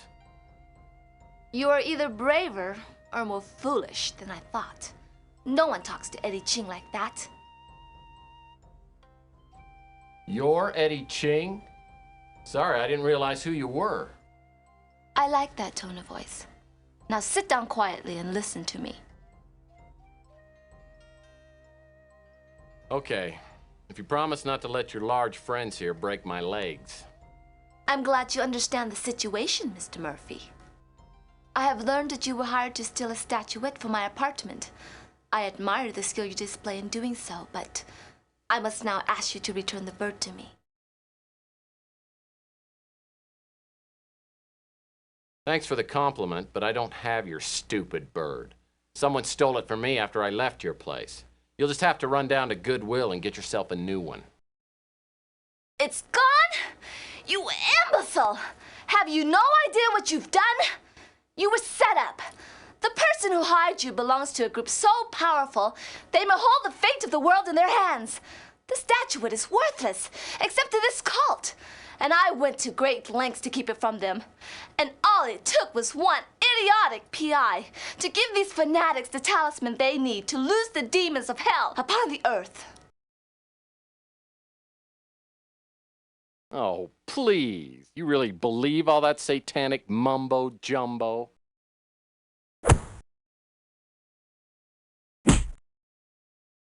You obviously don't understand what I'm saying. With the statuette, the cult will fulfill its prophecies, unleashing an unimaginable flood of destruction. The prophecy is supposed to be fulfilled in 6 days. If the statuette is not recovered before then, nothing will matter. We'll all be dead.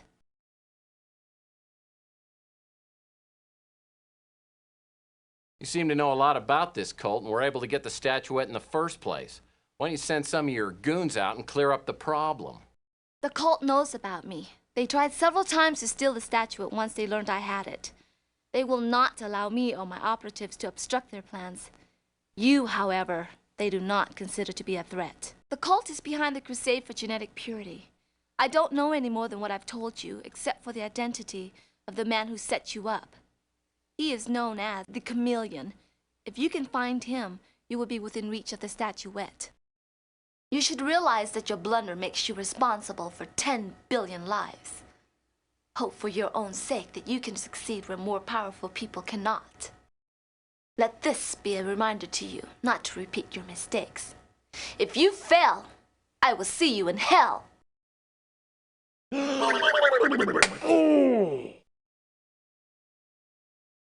So, did he have the chip or not? I never found out.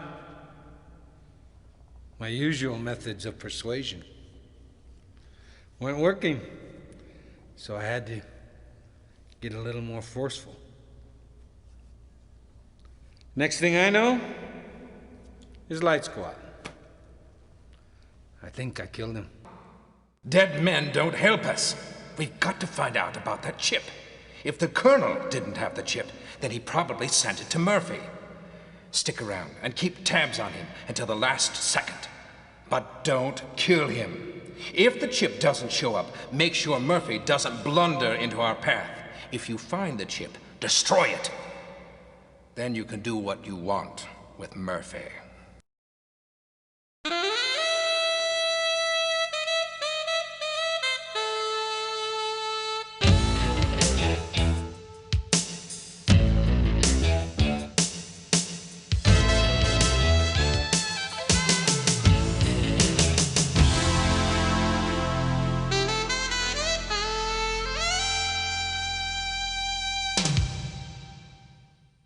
Maybe I need a career change.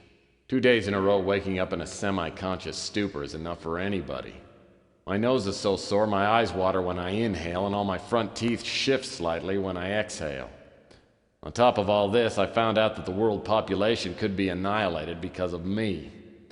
That's just too much guilt to heap on a guy at this hour of the morning. Looks like I'm on my own. I'll need to find that disc the Colonel referred to. And what about that Countess? Was she on the level, or was she just feeding me a line?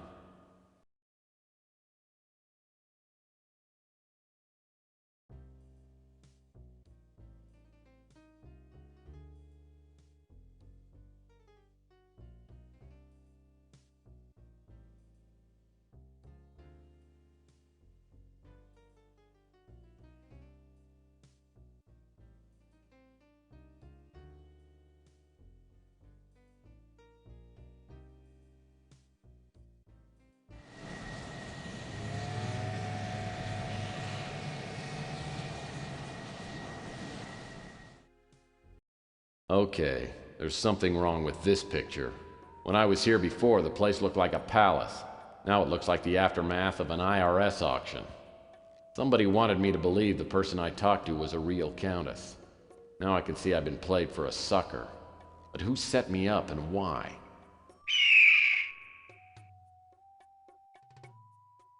There's a bald eagle perched on the chandelier. Man. Now that the animal rights lobby is huge, bald eagles are everywhere. They're worse than pigeons. The front door was open when I got here. The eagle must have flown in. Looks like it's got a bright cigarette case in its claws. I've heard that eagles are attracted to shiny objects.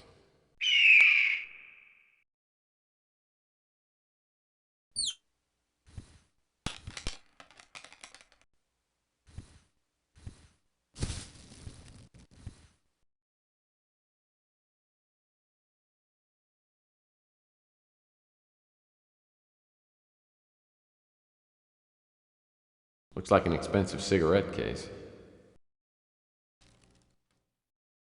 There's only one cigarette left in the case. Maybe I'll keep it around for a smoking emergency.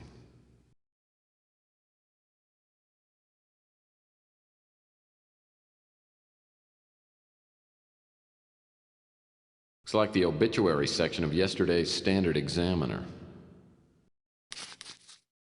The ashtray's loaded with expensive imported cigarette butts.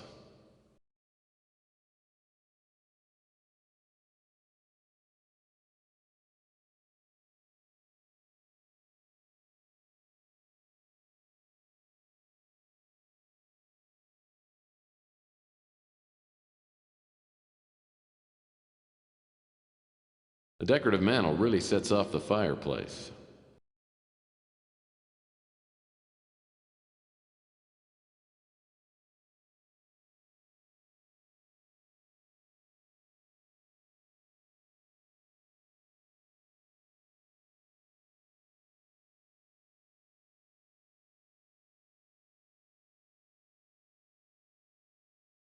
Hey, neat. I saw a watch just like this one in my spy supply catalog. Really nice spy watches have things like built-in parachutes. Maybe there's more to this watch than meets the eye. What's this? It's a secret compartment.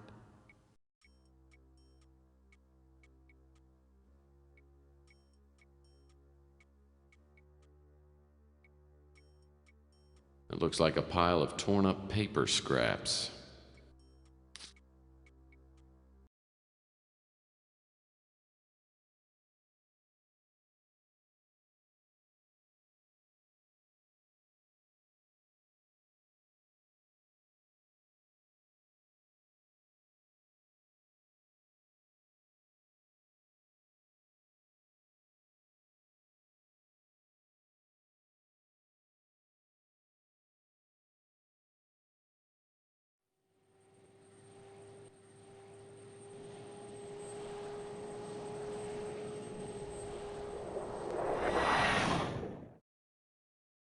When I get to the colonel's office, the police are just leaving. They tell me they've combed the place and come up empty. I'm not surprised. As I step inside, I try to remember what the colonel told me. Something about a winter chip and an emergency disc hidden somewhere in the display case. Maybe the info on the disc will tell me something about this Chameleon.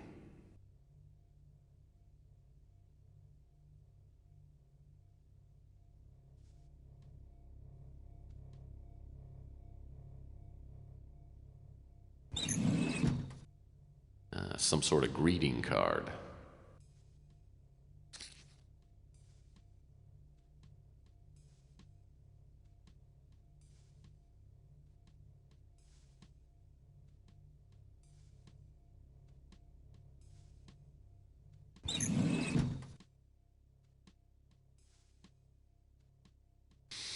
My PI instincts and keen sense of smell tell me that this envelope was sent by a woman of some kind.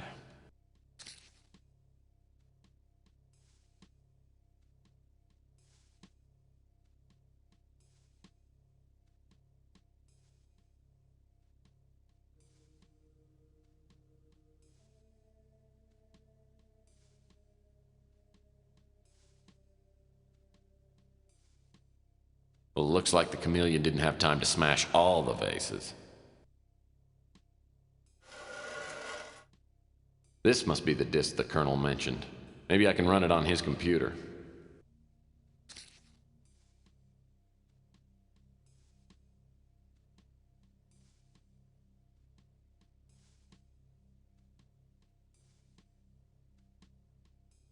Nothing's coming up. I'll need to load up a disk before I get any information off this computer.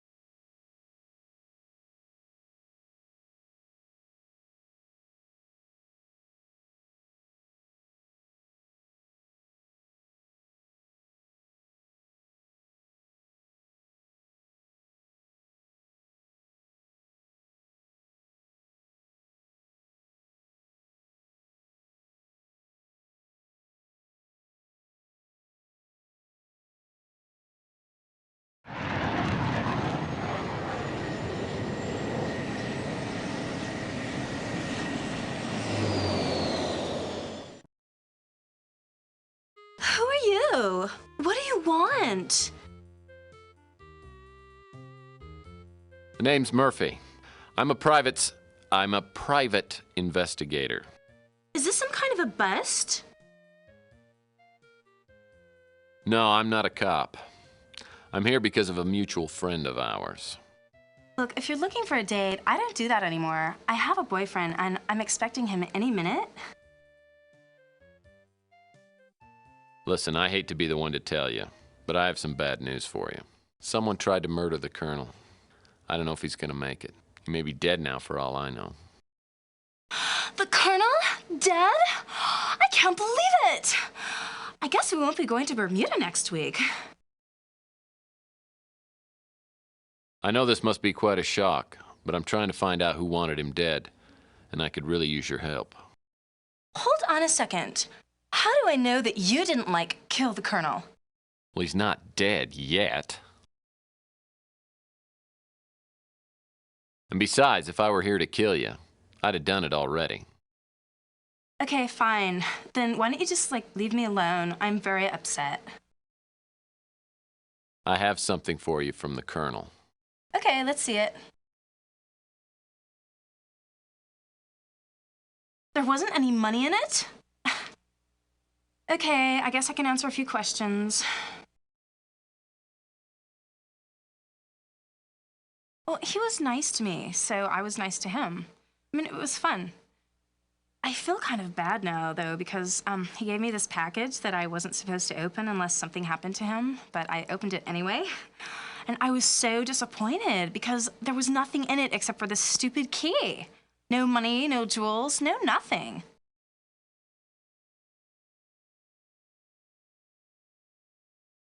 Sure, I guess you can take it. I don't even know where I'd use it.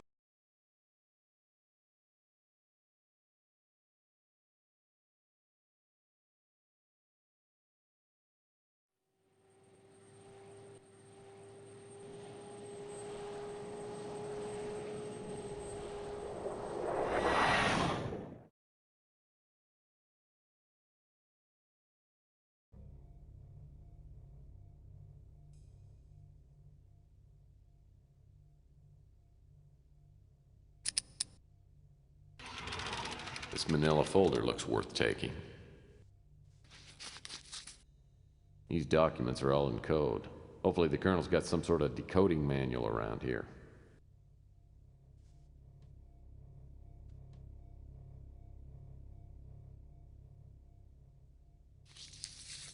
A small return receipt from UPEX. Apparently the Colonel sent something recently.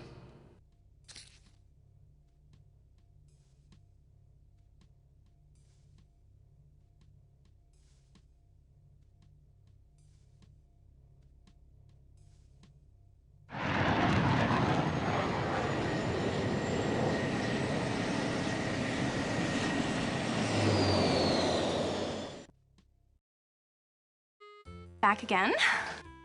You know, I've been thinking, I think we could, like, be friends. You know, I think you should stick around and talk to me for a while, because, I don't want to be lonely. That's a nice thought, doll, but I'm not your type. Oh, I'm sorry. I didn't know you were that kind of guy. Okay, what can I do for you? Oh yeah, I got another dumb letter from the Colonel. I mean, there were some, like, numbers and stuff written on a piece of paper inside. You can have it. I can't even understand what it is.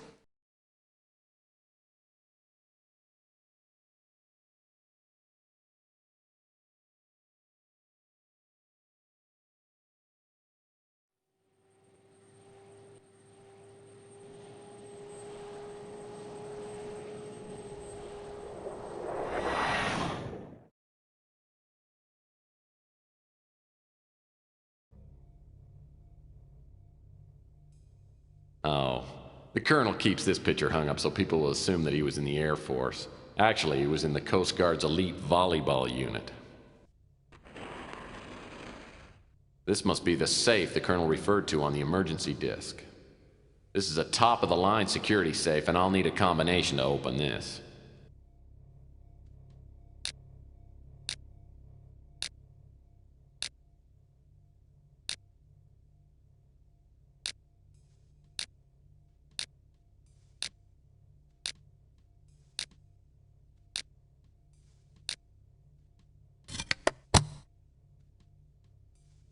This codebook looks like it'd come in handy if I could find some coded documents.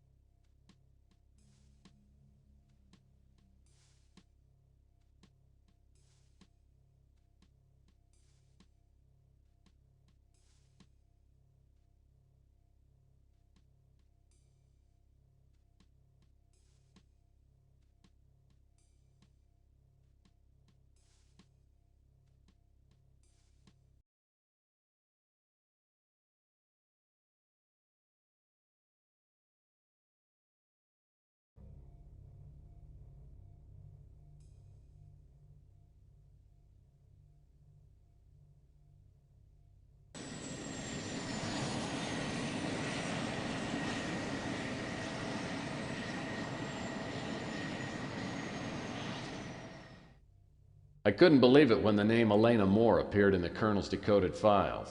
I used to date her sister a few years back. Elena was an annoying 12-year-old who had a knack for entering rooms at the wrong time. It's obvious she still recognizes me when she opens the motel room door.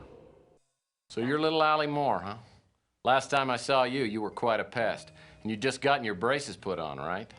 Yeah, but that was quite a while ago, Tex, and I've grown up. You know, I used to have quite a crush on you. Yeah, I remember. Speaking of crushed, how's your sister? I haven't seen her since our nasty little breakup. She got married a few years ago. In fact, it was Debbie's husband who helped me get hired at GRS. It's been just over a year. Since then, I've worked as Marcus Tucker's personal secretary. He's the director of GRS. So what does GRS do specifically? They do genetic research, gene mutations, genetic viruses, that sort of thing. It was very professional, high-tech. GRS hired only the best young scientists. From the beginning, everything seemed really mysterious and secretive. Is that why you quit?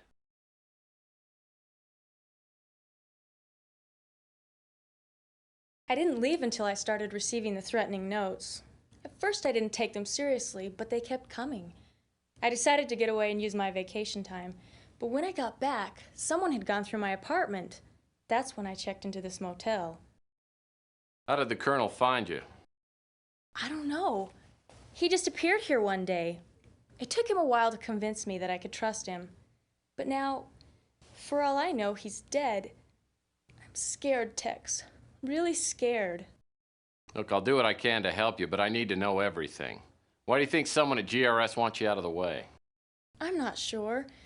Since I was Mr. Tucker's assistant for a couple years, I had access to most of his files.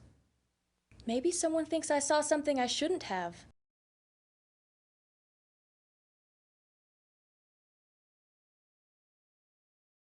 Well, since you don't work at GRS anymore, why do you think your life's in danger? The last day I came to work, I got a note that said my life was in immediate danger.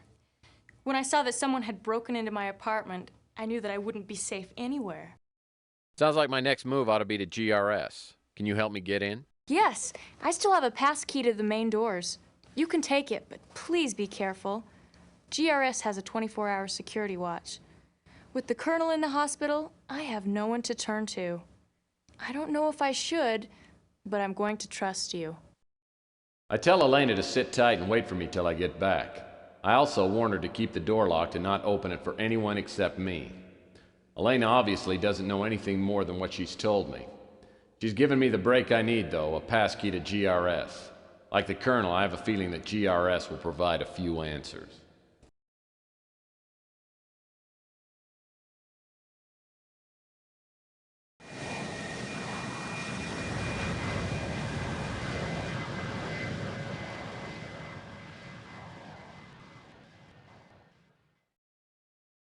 The GRS office complex is located in the heart of New San Francisco.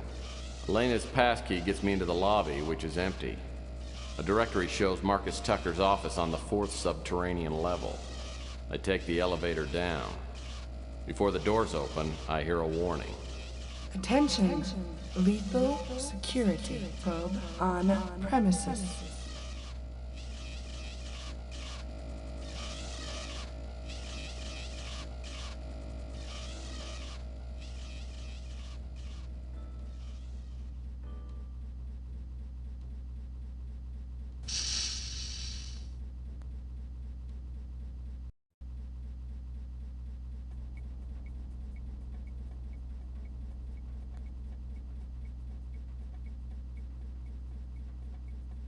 A team pennant. Paul must be a real baseball fan.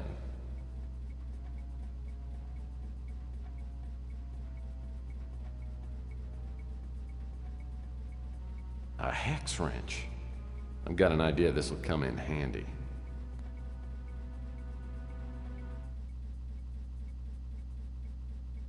Looks like this computer requires a computer card to get access to it.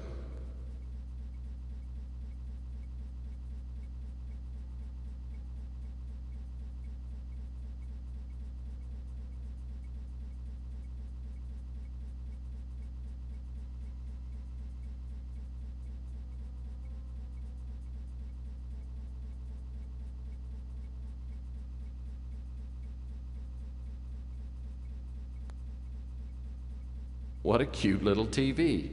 I wish I'd found this little sucker a couple hours ago. Now I've missed all the good soaps. Let's take a look at this thing. What do we have here? It's like a computer access card.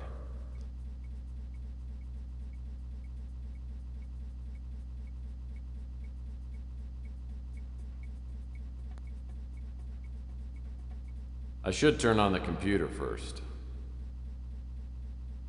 Computer passcard required to access this computer.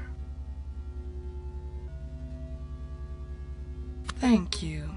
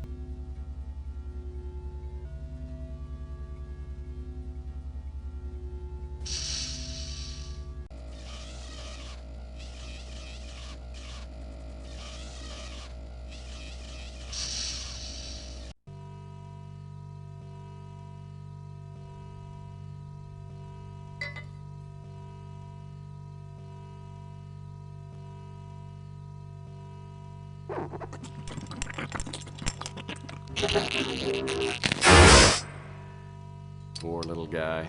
He must have tripped something on the console, or maybe the old roast beef sandwich spontaneously combusted. At least he got the door open for me.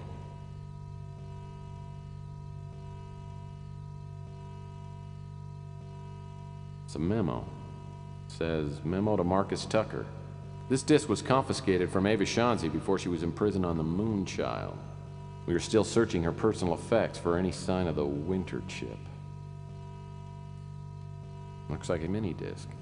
Something tells me I ought to see whatever's on it.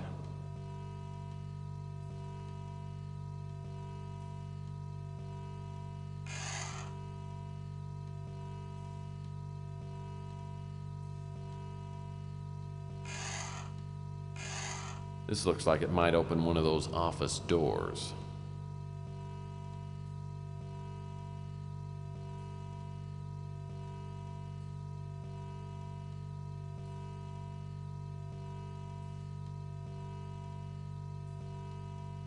Whoa, what have we here? A computer access card.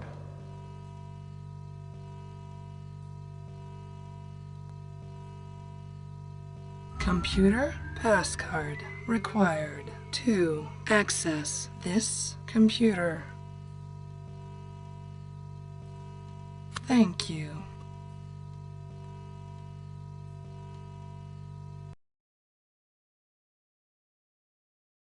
I've made initial contact with the cult. The Colonel's information was right on. There are at least 2 employees here that are members. I haven't been able to find a solid link between GRS and the cult, but I'm sure Tucker knows what's going on. Over the past month, I've been letting people know that I support the eugenics movement. Finally, I was contacted today by a cult member named Murray. He's a project supervisor. I'll be attending an initiating meeting tomorrow night. I've gotten to know one of the young researchers, Paul Dubois. I'm fairly sure he knows nothing about the cult. He told me that Tucker doesn't trust most of his staff and has the project groups working separately. 9 or 10 people came to the meeting in Tucker's office. The only ones I knew were Tucker, Murray, and Paul. I got the name of only one other cult member, a creepy little Nazi named Camden Leander. He seemed to be the highest-ranking member. I didn't learn much. They seemed more concerned with grilling me and Paul. I don't think Paul is cut out for the cult. I think he's attended the meetings to get to know me. I've advised him to get out while he can. Also, there's a young woman named Elena Moore who works as Tucker's assistant. She doesn't seem to know what's going on here. I think she knows too much, and she'll probably be eliminated when the current project is finished. I've warned her to get out of the company. It looks like the project is almost completed. The cult members are ecstatic. I keep hearing them use the words purification and illuvion. I don't know what they mean, but whatever's going to happen is going to happen soon. I'm not going to use a chip until I have a better idea of what they're up to. At our last meeting, there was an older man. He looked familiar, but I couldn't place him. Apparently, he's in charge. I noticed him staring at me during the meetings. Afterwards, he pulled me aside and said there would be a special place for me in the new order. I'm going to play along.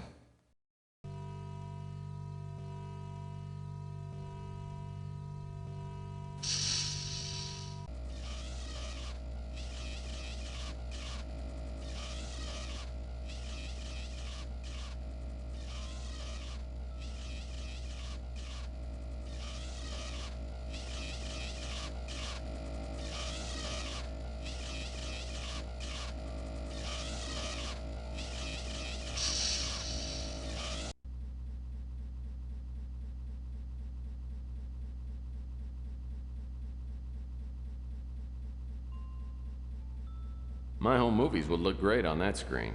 There must be a remote control panel that controls this video screen. Maybe it's somewhere on the conference table.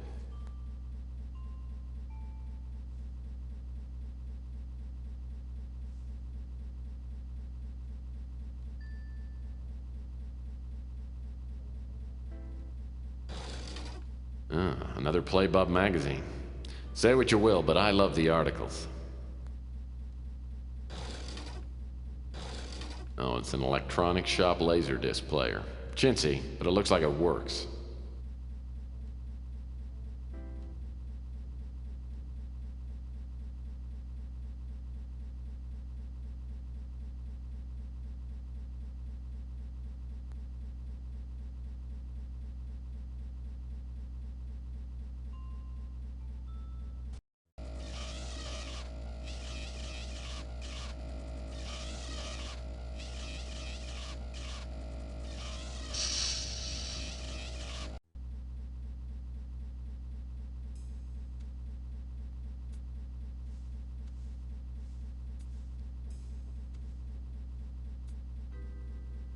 This panel must control access to the safe. Looks like it's a voice-activated ID system. My guess is that only Marcus Tucker's voice will work on this system.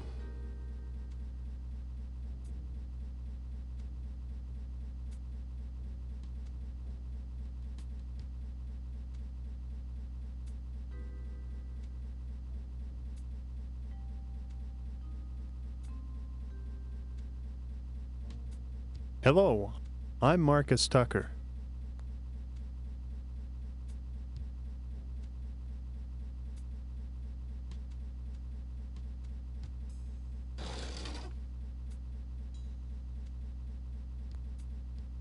An old piece of masking tape is stuck here.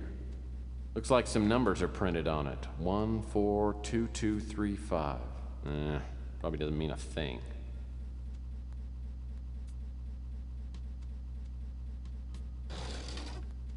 An old-fashioned red tip wouldn't match. My Zippo's out of fluid. Maybe I should keep this around for an emergency light.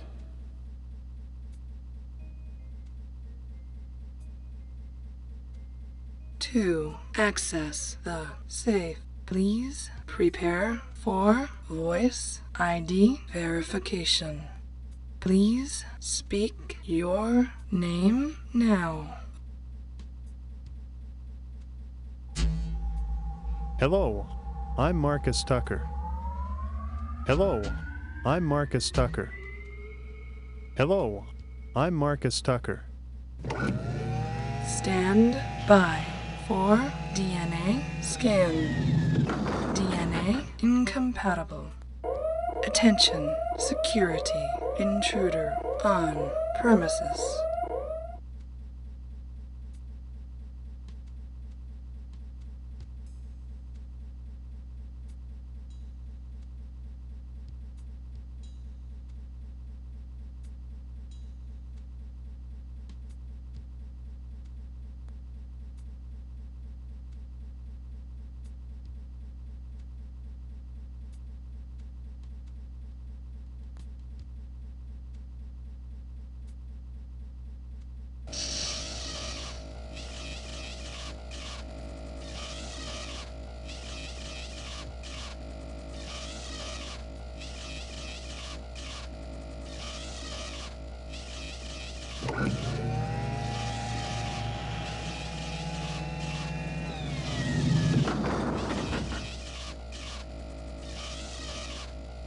Let's take a look at this Buddha. Whoops. So clumsy. I'll be darned. This must be the winter chip. It was right here under the cult's nose the whole time.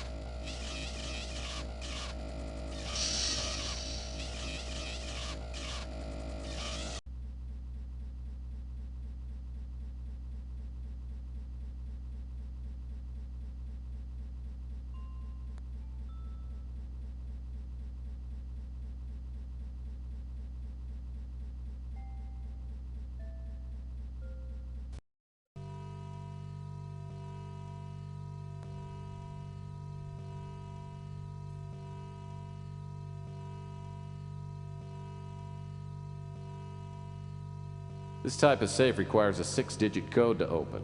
If the people who worked here are anything like me, they would have written the code somewhere in case they forgot it.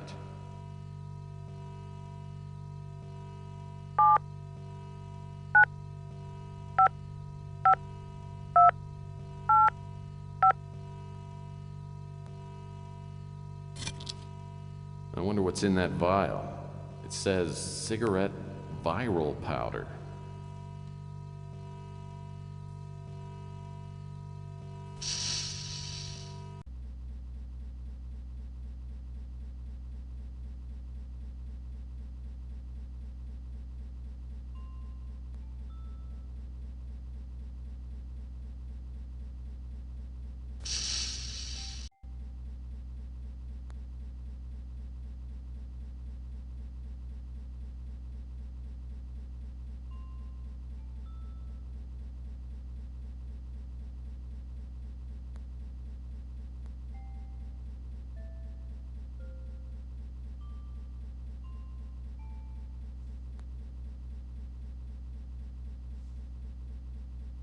Hey, a key. Must open something here in the room.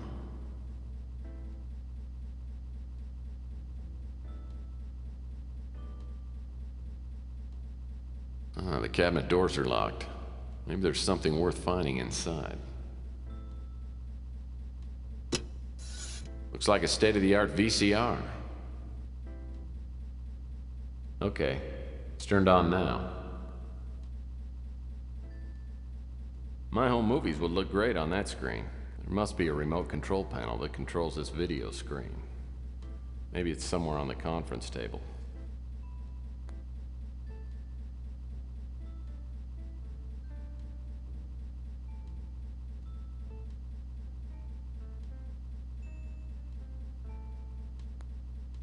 Some kind of remote control pad. Probably controls the audio-video display. Though not an effective way to infect the mass population, the viral powder combined with tobacco then inhaled is the quickest way to provoke death. Witness its effects on the traitor Paul Dubois.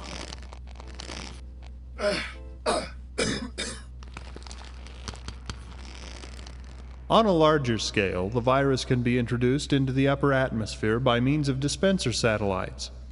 With proper flight path alignment and a minimum of 100 dispensers, Earth's atmosphere could be thoroughly saturated within 12 hours. Once in the atmosphere, the viral molecules bond to condensing moisture and create a seeding effect. The ensuing rainstorms would bring the virus down to the planet's surface. As we have witnessed, the effect of the virus is almost instantaneous, and the entire fauna population of the Earth should expire within several days at most.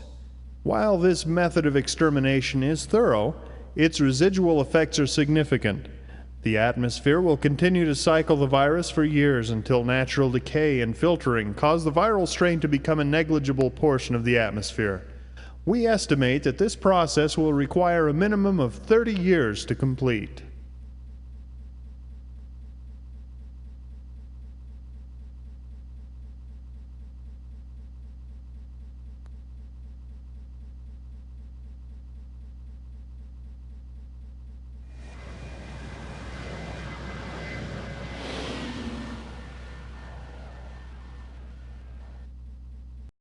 Sure, I'm glad to be out of GRS. I'll need to catch a few winks before I go anywhere else. First thing in the morning, I'll need to go back and check on Elena.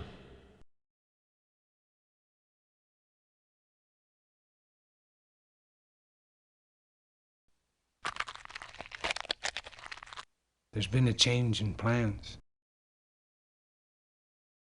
You and I have a date with destiny.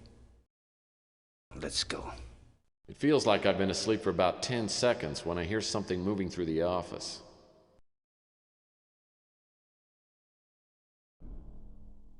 Hello again, Murphy. Remember me? If not, how about now?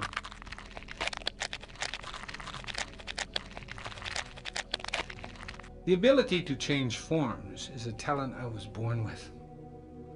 The metamorphosis is difficult to explain, but I've found it quite useful. I haven't had a chance to thank you for your efforts to our cause. You did us a great favor in retrieving the statuette. It was the last key to fulfilling our ancient prophecies. Now we wait until the appointed time.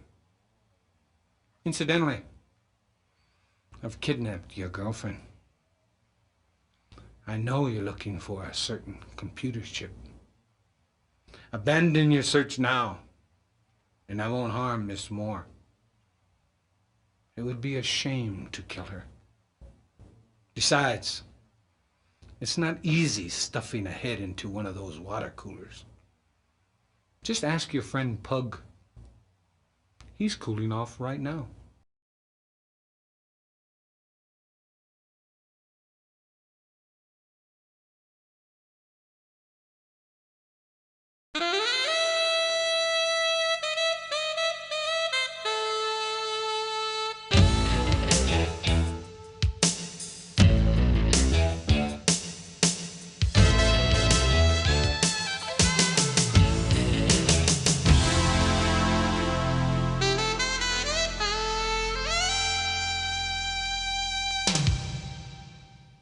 I tried for an hour to get Pug's head out of the water cooler, but it was no dice.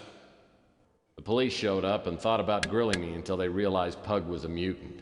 And it was like they couldn't care less. That's the trouble with this world. A life's still a life, whether it's mine or Pug's, it still has to count for something.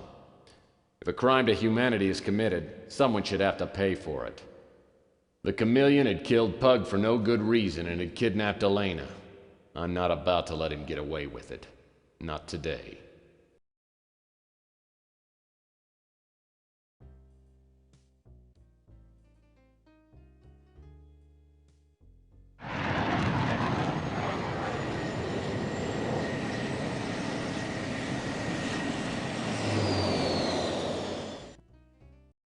I heard that some rich guy a few years back bought the remaining pieces of an ancient European castle.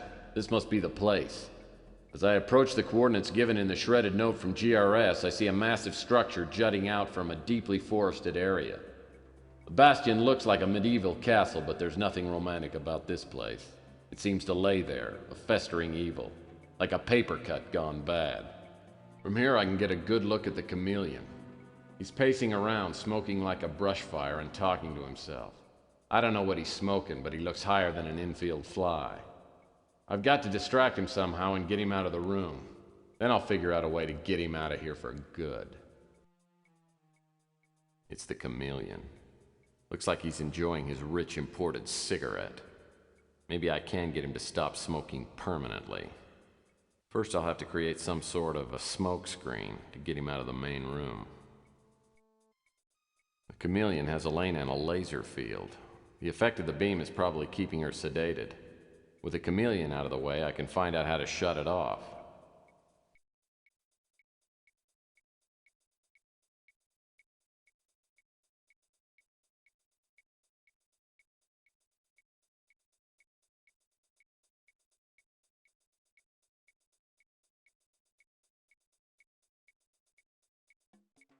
I don't want to know what the Chameleon uses this V-clamp for.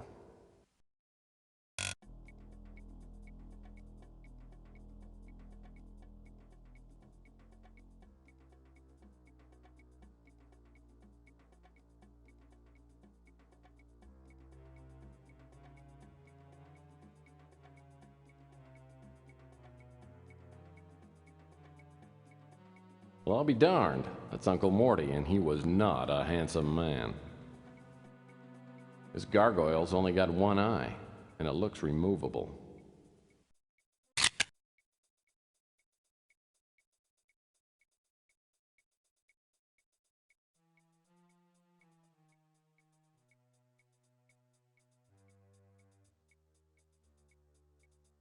Looks like a perfectly harmless bungee cord. It's probably used by the cult as some kind of diabolical torture device.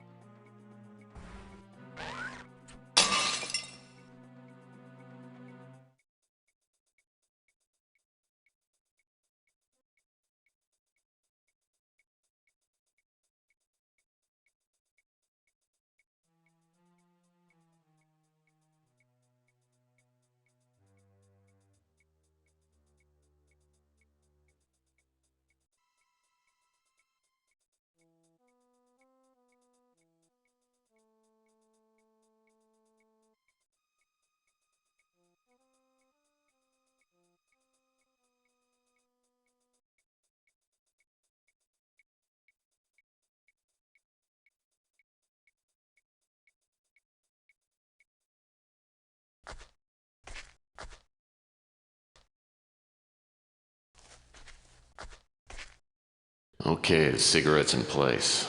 Now if you'll just go for it. Yeah, here he comes. Come on. Come on. Over to the table for some real smoking enjoyment. He's got it. That's it. Smoke away, sucker. Gotcha.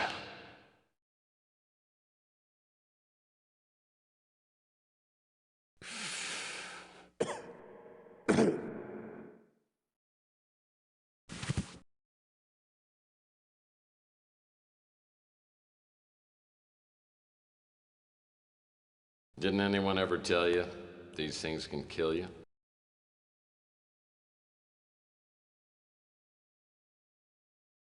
I underestimated you, Murphy. Viral powder in my cigarette. Very clever.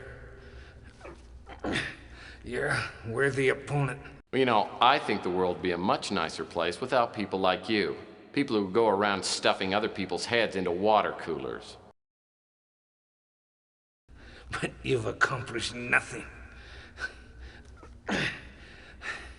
Except now, I'll be a martyr in the New Order.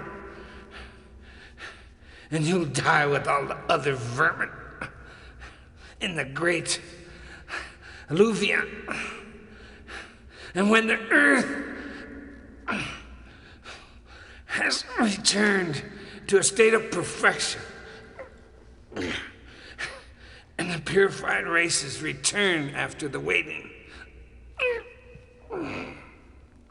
my name will live forever. Yeah, I guess that's good in theory. Too bad you won't be around to enjoy it. Death means nothing. I would die 1,000 times to help fulfill the sacred prophecy. Enjoy your victory while you can, Murphy. Tomorrow night, you will die.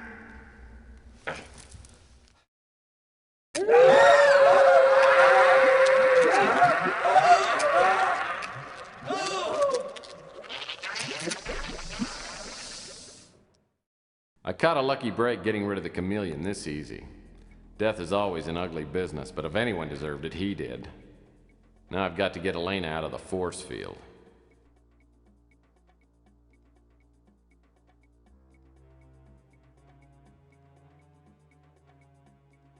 A shield. Reminds me of my deodorant soap. Being a man doesn't mean you have to smell like one.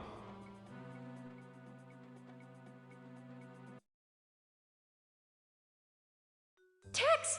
I knew you'd come. That monster came to the motel. He looked just like you. So I opened the door. He must have knocked me out.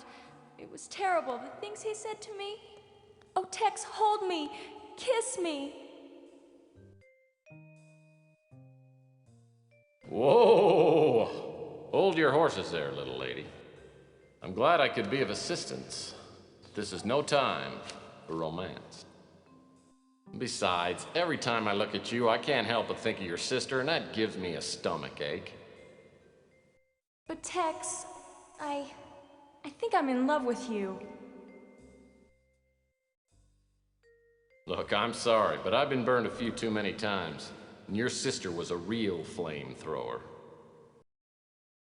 Are you sure there's nothing I can do to make you stay? Do you play Twisty? Never mind. Look, don't get me wrong, Elena. I think you're as cute as a button. But right now, I got a job to do, and I've got to do it alone. Unless I stop the cult from executing their plan, we're all gonna be toast. Men worth having are always running off. Maybe it wouldn't work out for us anyway. If they don't kill you, let me buy you a drink. I owe you a big one. Look, Elena, you don't owe me a thing. But maybe you could help me, because what I really need right now is a good lead. The Chameleon said that he was supposed to meet up with someone named Feral Puss at a place called the Broken Skull. Does that help? Yeah, it does, as a matter of fact. He summoned to his presence 1,000 hale and light-hearted friends to the deep seclusion of one of his castellated abbeys. This was an extensive and magnificent structure, the creation of the prince's own eccentric yet august taste. A strong and lofty wall girdled it in. Without was the Red Death. Is that the final group? Yes, brother. Everyone has arrived. And all the provisions are stored. What about the wine? We hadn't received the shipment when I last checked the inventory. All is in order, brother. We have sufficient supplies to take us into the next century. Excellent. I will notify the master that everything is prepared. The celebration is set to begin at the appointed hour.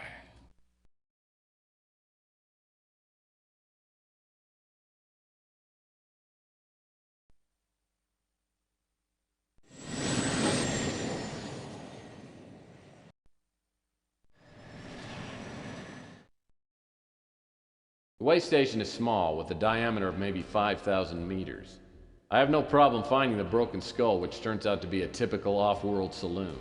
The kind of place where all the booze is watered down, the prices are triple, and the waitresses all have fresh stitches on their foreheads. It's strangely quiet, though, and the dame behind the bar looks like she'd just as soon cut my throat as pour me a drink. So what'll you have?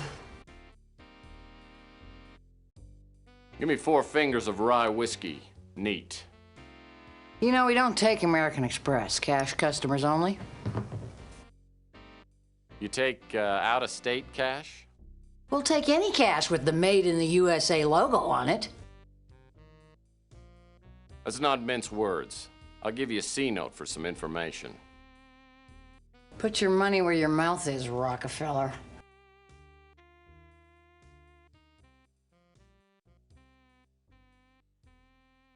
Okay, moneybags. One question. Can you help me find a ride to the Moonchild? Do you have the token? Let me check. No, I must be in my other overcoat. Look, I'll give you the benefit of the doubt. I mean, maybe you're one of us, and maybe you're just an idiot. Go find your token. If you come back here without it, don't plan on leaving.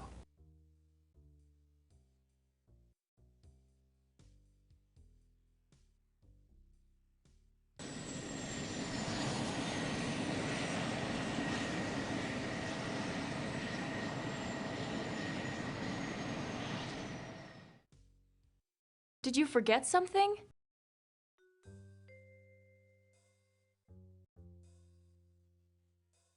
The Chameleon said something about using an old silver dollar as a token.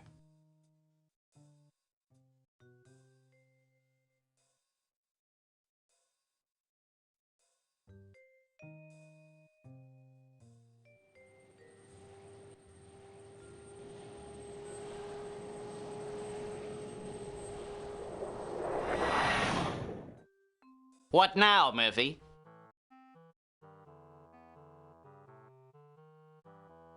Yeah, I've got a couple of old Susan B. Anthony silver dollars in my coin collection. They're pretty expensive. I guess I do owe you something.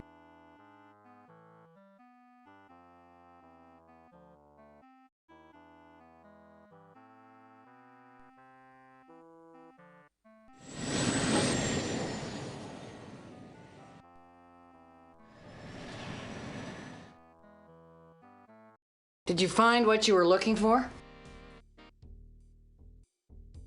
Yeah. It went through the wash, but I think it'll work. Well, let's see it. I haven't got all day.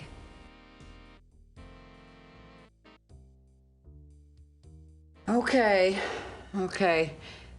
Go knock on that door and say Jax or better. The man you need to see is in there. I walk down a hall and look at the name tag on the door. Feral Puff. Must be a charming guy. I call out the password and a gravelly, grating voice calls loudly for me to come in. As I step into the back room, I'm blasted by an aromatic wave of cigar smoke, alcohol, fish, and body sweat. The combination almost knocks me out. The room is empty except for a bloated hog of a man who seems to be the source of all the foul odors. I ain't seen you here before.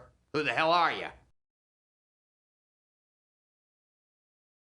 My friends call me Tex. You can call me Mr. Murphy, unless you'd like to be my friend. You know, I made a bet that you wasn't stupid enough to use your real name. I guess we both lose, Murphy. You know, Mr. Puss, it's not only rude, but it's also illegal to point a Lester flame rod at a total stranger. Ha! You're not a total stranger. I've been waiting for you for a while now. Though I thought you was gonna come up with that chameleon. So you're disappointed the chameleon isn't here, huh? Why? Was he your girlfriend? Hell, I ought to blow your head off right now. But I ain't gonna. I like watching you sweat. You know, I bet you do. Probably makes your own body odor less noticeable. Watch your mouth, boy, or I'll blow your damn head off. My boss told me that when you got here, I should take care of you. Now sit down! Well, great. I'd like a Mai Tai with 2 umbrellas and a nice plate of those cocktail weenies. I don't think so. I think you wanted me to slit your throat. But there ain't no sport in that. So I'm gonna give you a chance to beat the odds. Oh, I've beaten a few odds in my time. I'll guarantee you haven't beaten this.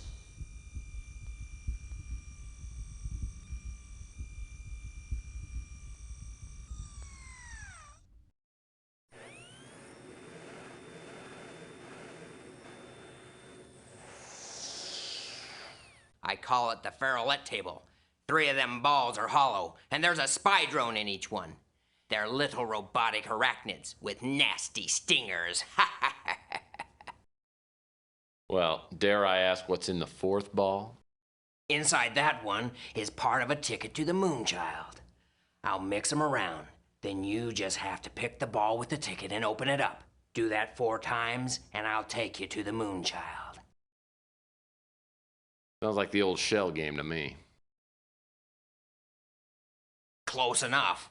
Here's the ball with the ticket. Let's play. Okay, pick a ball. Any ball.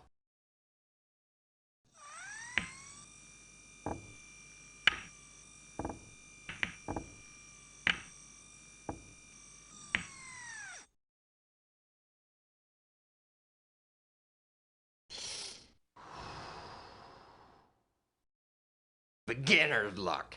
Let's see how you do this time.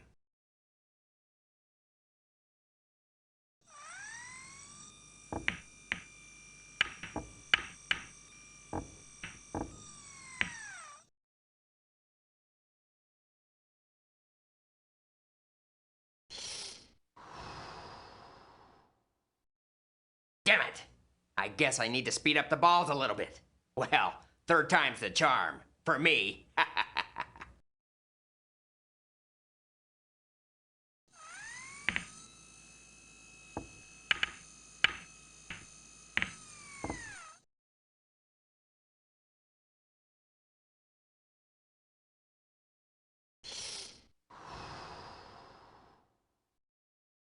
Lucky today, aren't we?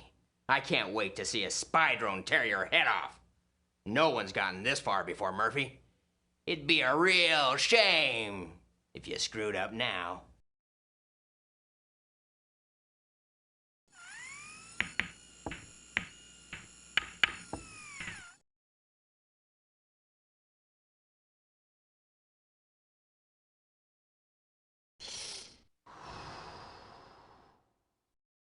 Damn you, Murphy! I wanted to see you die! But we did make a deal. I'm taking a few people up to the Moonchild in a couple of hours. You can go with us. I have some business to take care of. Wait at the bar until we leave. Drinks are on me. Be sure to ask for the house special. It's my favorite. Sit down, brother. Have a drink. It's on the house. Thanks. Make it bourbon, neat. So, when we leaving? Oh, it won't be long now. The purification will be tomorrow at midnight. Yeah, sounds like fun. By the way, Farrell told me to ask about the house special. Oh, really? Well, Farrell's always been partial to the house special. Here you go. I'd really rather have a few fingers of bourbon. Try this first. Could make you swear off bourbon.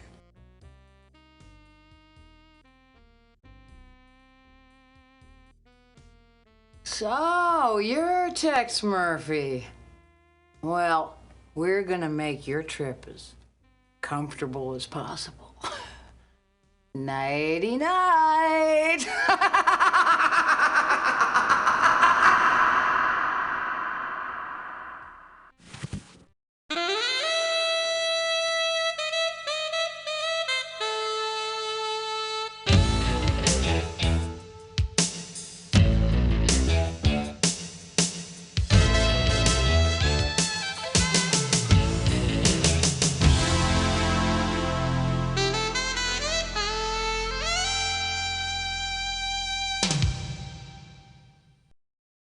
The figure was tall and gaunt, and in the costume and bearing of the stranger neither wit nor propriety existed.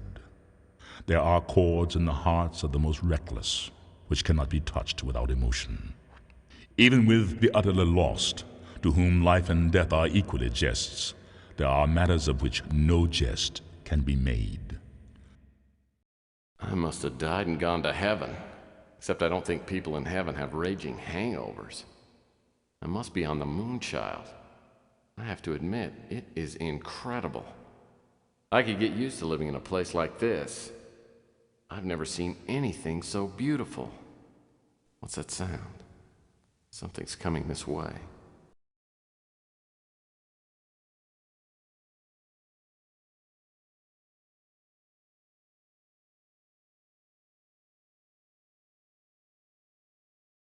Wake up, Mr. Murphy. We'll have no sleeping through the greatest event in the history of the world. I'm so glad you could join us on this sacred day. Maybe you don't recognize me. It has been some time. Lowell Percival, at your service. You did a job for me on Mars a few years back. Cleverness, tenacity, both then and now, have shown me that you belong here. In fact, I need to thank you for securing the statuette for us. The flawless crystal and the symbolic purity of the dove are the foundation of our beliefs. Our sacred text has said that our destiny would be secure only if we had the statuette in our possession. We are deeply in your debt. In an hour or so, we will fulfill an ancient prophecy, specifically the purification by means of the Great Alluvion. It is a fabulous name for a somewhat nasty process. Those creative minds at GRS worked extra hard for a long time to make our prophecy a reality. It was quite a challenge to come up with a plan that would match the details of the Great Alluvion as it is described in our sacred text. It cost me a fortune. Now everything's prepared. At midnight, I will become the savior of our dying world. The earth has become a rotting shell, inhabited by a mongrel breed of half-humans that infest the pure races with their filthy, mutated genes. Is that to be the fate of mankind? The earth must be thoroughly cleansed for mankind to be saved. Soon, we'll release the seeds of purification, the Great Alluvion, the baptism of fire, which follows will destroy all life on earth. But from the ashes will arise a glorious new age. In keeping with the sacred prophecies, we'll wait 40 years here on the Moonchild. Then our genetically pure children will return to a world that, like them, is clean and unspoiled. Though I may not live to see it, I will die peacefully, knowing that I have given mankind a purified world. I designed this Moonchild to be the Ark of humanity, but it is also a splendid place to spend the next 40 years. We have it all here: aquariums, aviaries, zoos with animals of all kinds. Forests, rivers, mountains, nightclubs, ballparks, everything you could ever want. And the people, only the creme de la creme. Architects, bankers, doctors, artists, musicians, and a former president. And as for the women, they're all beautiful, intelligent, accomplished. 1,000 men, women, and children, all bound together by belief and purpose, a desire to create a world free of imperfections, a society of harmony, peace, without fear, without crime. Share in our dream, Mr. Murphy. You have less than an hour to decide. I can't allow you to attend the big purification party, but I'll be down to see you right after.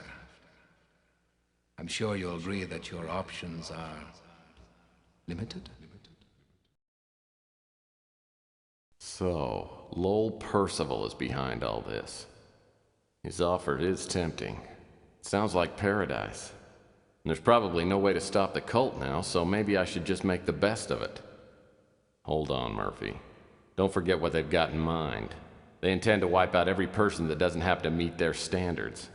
I wouldn't last very long in a club like this. I could never be part of their brotherhood. I've got to find a way to stop them, but I'm gonna need some help. If Ava Shanzi is still alive and I can find her, the two of us might be able to figure something out. Maybe it's too late, but I've got to do something.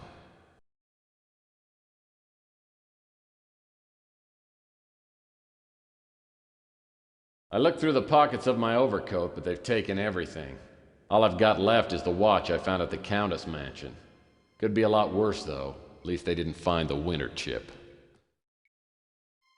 Looks like someone didn't get around to picking up this pile of leaves. Groundskeepers must belong to a union.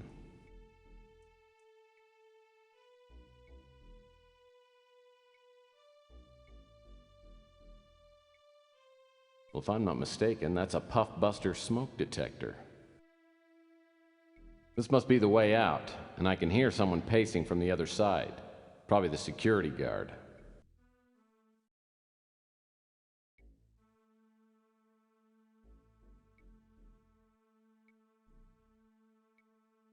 This door looks too accessible to be an exit.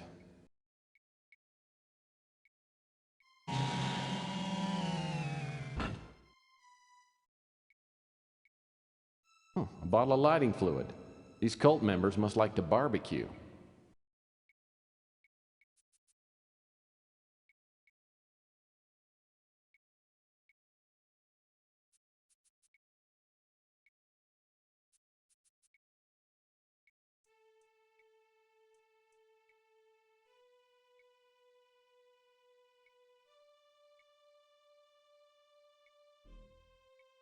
This arboretum is like the Garden of Eden.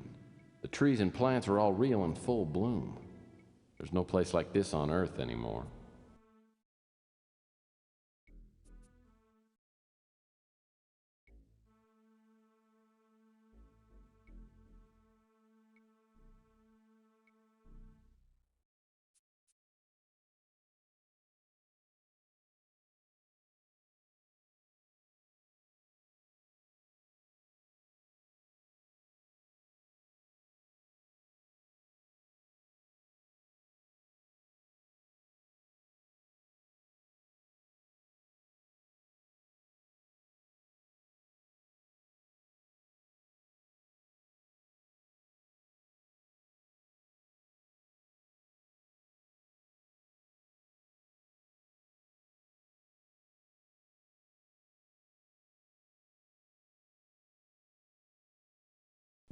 This piece of rock looks like it's come loose from the mortar.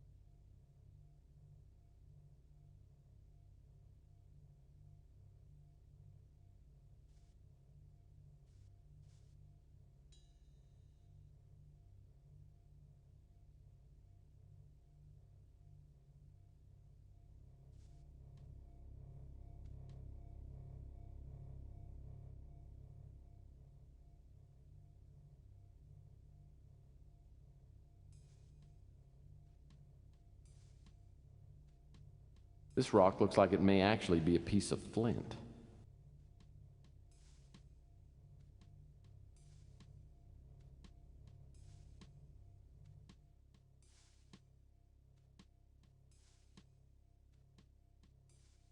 A rake.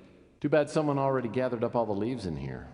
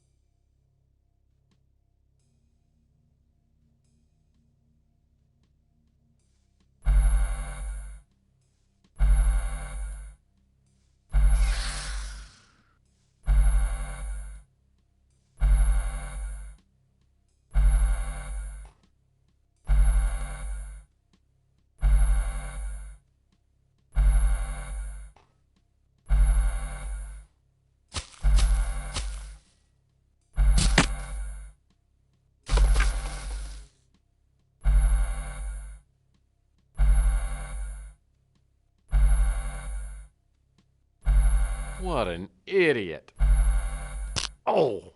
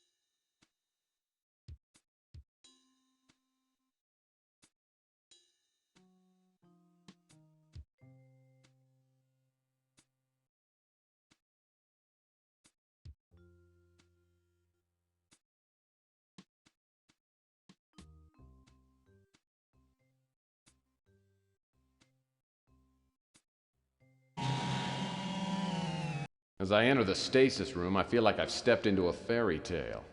I'm no Prince Charming, but there's a sleeping beauty lying peacefully in a cryonic chamber. It's Ava Shanzi. Boy, do I need to talk to her. As I look around, I spot a console nearby. Looking it over, I figure it must be used to control the cryonic sleep state. If I can resuscitate Ava, maybe we can still stop the cult. I've seen consoles like this before. The 4 buttons along the top must administer injections. The 2 slider controls look like they regulate the air temperature and oxygen level inside the cryonic tube. I seem to remember that slider mechanisms like these are really sensitive and need to be moved slowly. Well, first things first. I'll need to turn this thing on.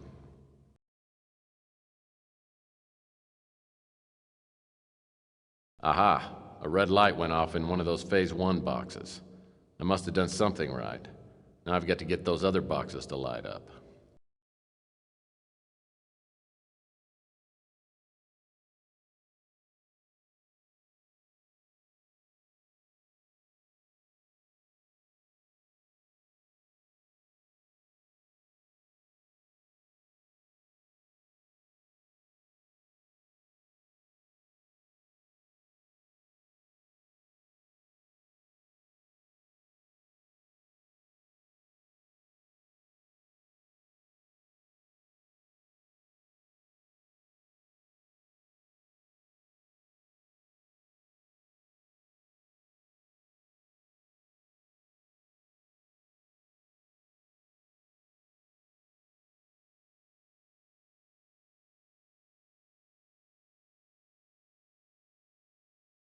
So, is it all over? Are your prophecies taken care of? Look, prophecies aren't in my job description, okay? I'm just a humble PI trying to save the world as we know it. Well, if you're not in the cult, then what are you doing here? Look, I think we're running out of time here, but my name's Tex Murphy. I know you're Ava Shaughnessy because I followed your trail from the Colonel to GRS to up here. So why don't you tell me how you ended up getting freeze-dried?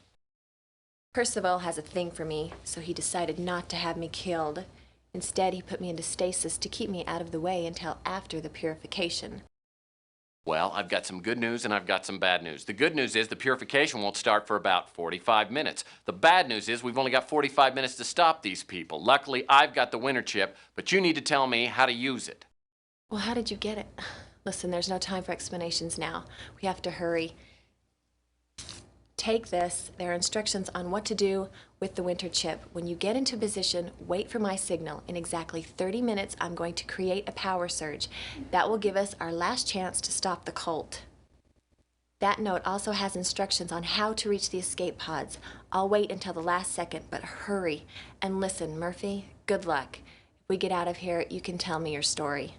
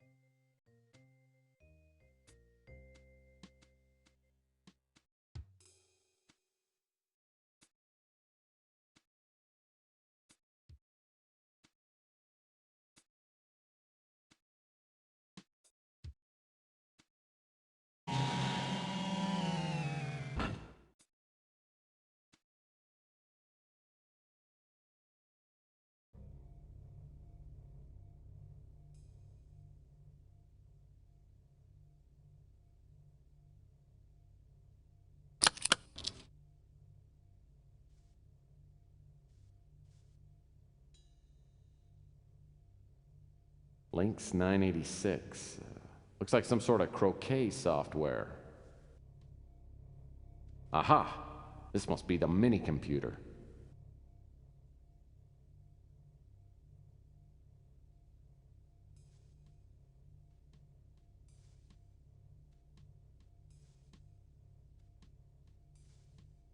What a great tree. If I get off this godforsaken pleasure satellite, I'm taking it with me. It'd look great in my office. This floor panel looks like it's removable. I'll need something to pry it up with.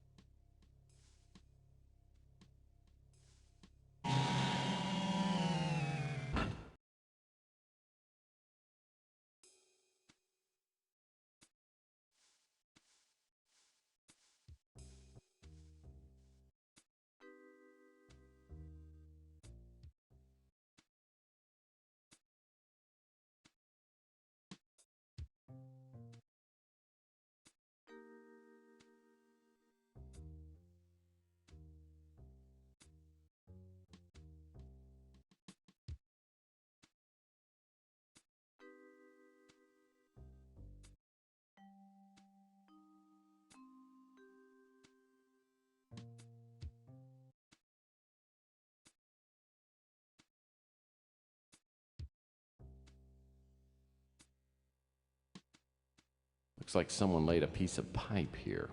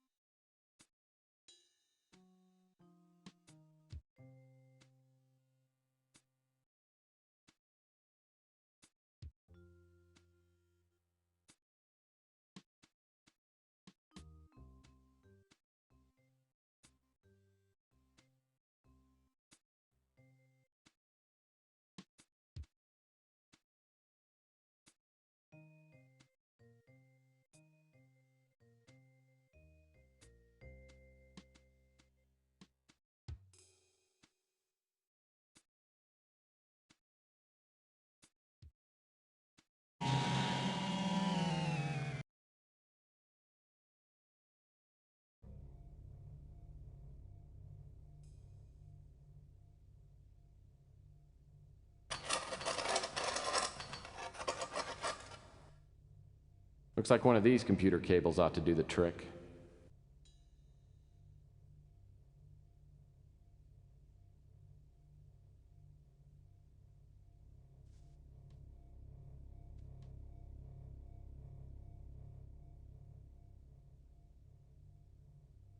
A cocktail glass with a ceranite flex straw.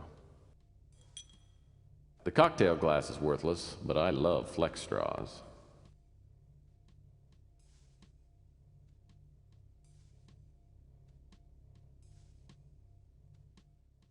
This looks like an old-fashioned telephone jack. No, it's a recessed button. I'll need something to reach in.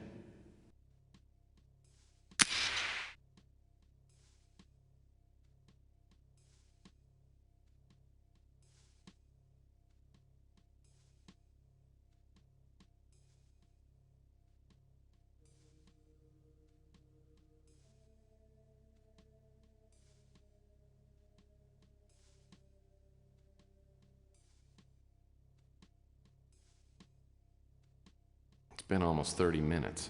If they didn't find Ava, she should be creating a power surge any second. That'll give me time to patch the mini-computer into the Moonchild main computer. Now I've got to get to the engineering corridors, and fast.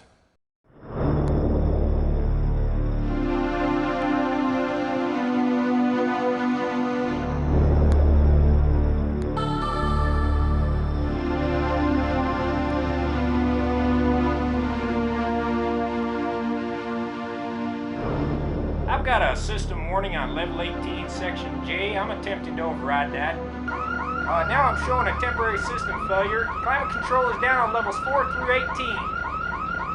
Winter sequence engaged.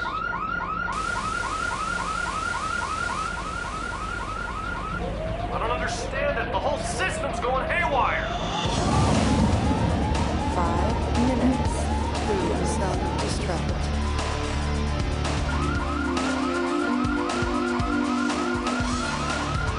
The whole system is shutting down and I can't do a damn thing about it. Damn it! Malfunction has initiated the self-destruct sequence. Download the backup system. 3 minutes to self-destruct. What the hell is going on down there? We got electrical short fires breaking out all over up here. Whole integrity has been compromised.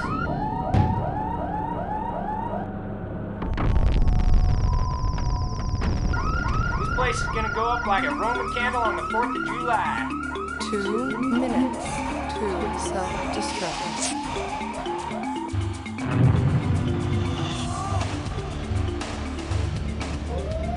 Lord is my shepherd, I shall not want.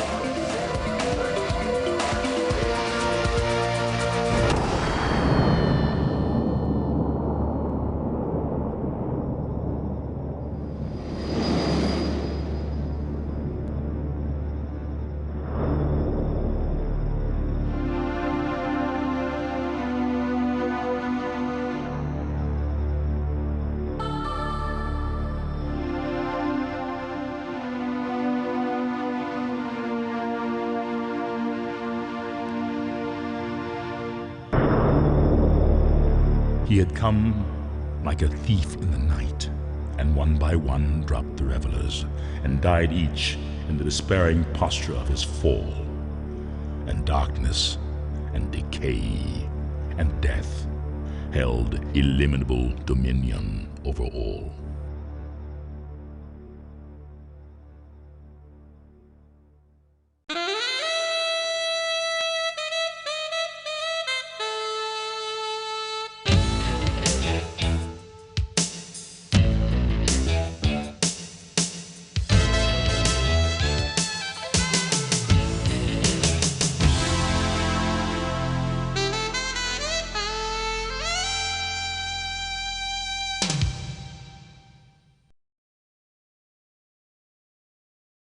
You did some good work, Tex.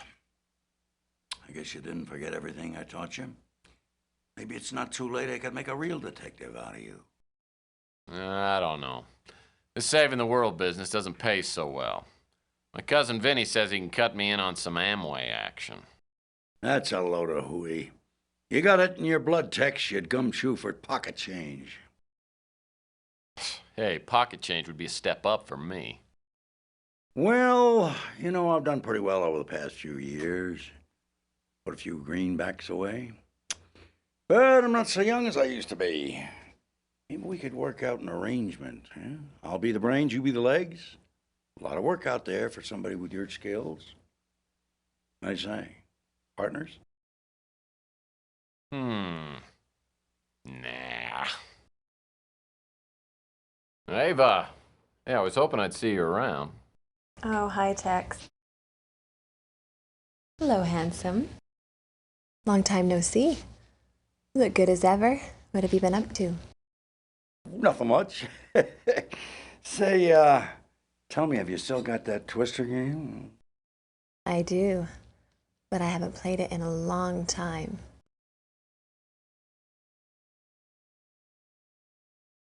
Listen, Tex, something's popped up. I think I found a partner to do undercover work with. I'll see you around. So here I am, back where I started. Lonely, broke, and late for an appointment back in my office.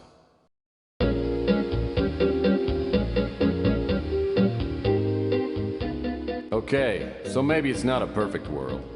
Maybe there are more glamorous ways to spend Saturday night than teaching cha-cha lessons to lonely women like Dolores Lightbody. At least she's a regular client, and it seems to make her happy.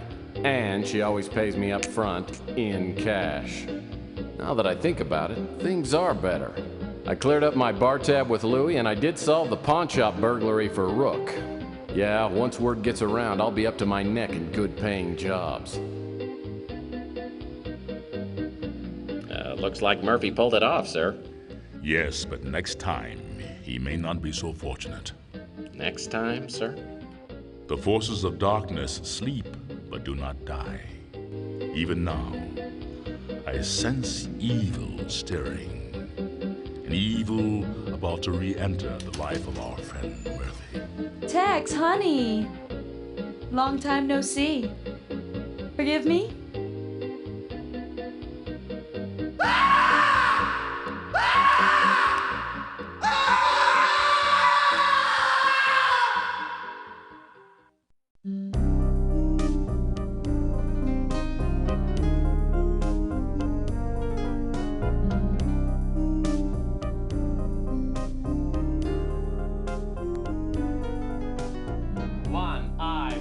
Take one, action. So you're Tex Murphy.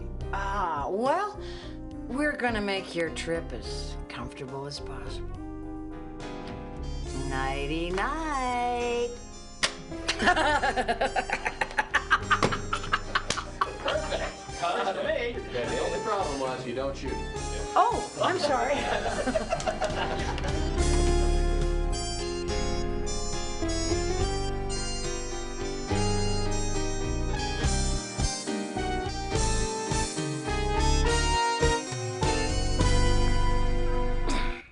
Tomorrow night, you will die. Okay, good.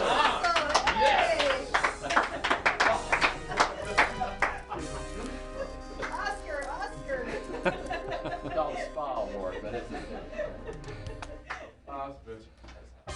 Okay, let's do it one more time. Typical director.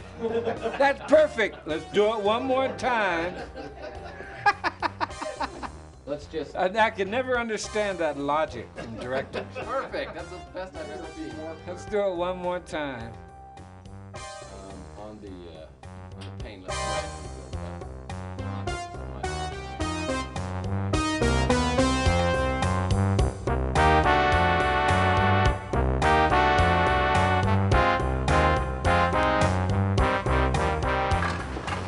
First up, 0A1. Scene 0A1, take one, action. Ah, you did some good work, Tex. I guess you didn't forget everything I taught you. Maybe it's not too late. I can make a real detective out of you.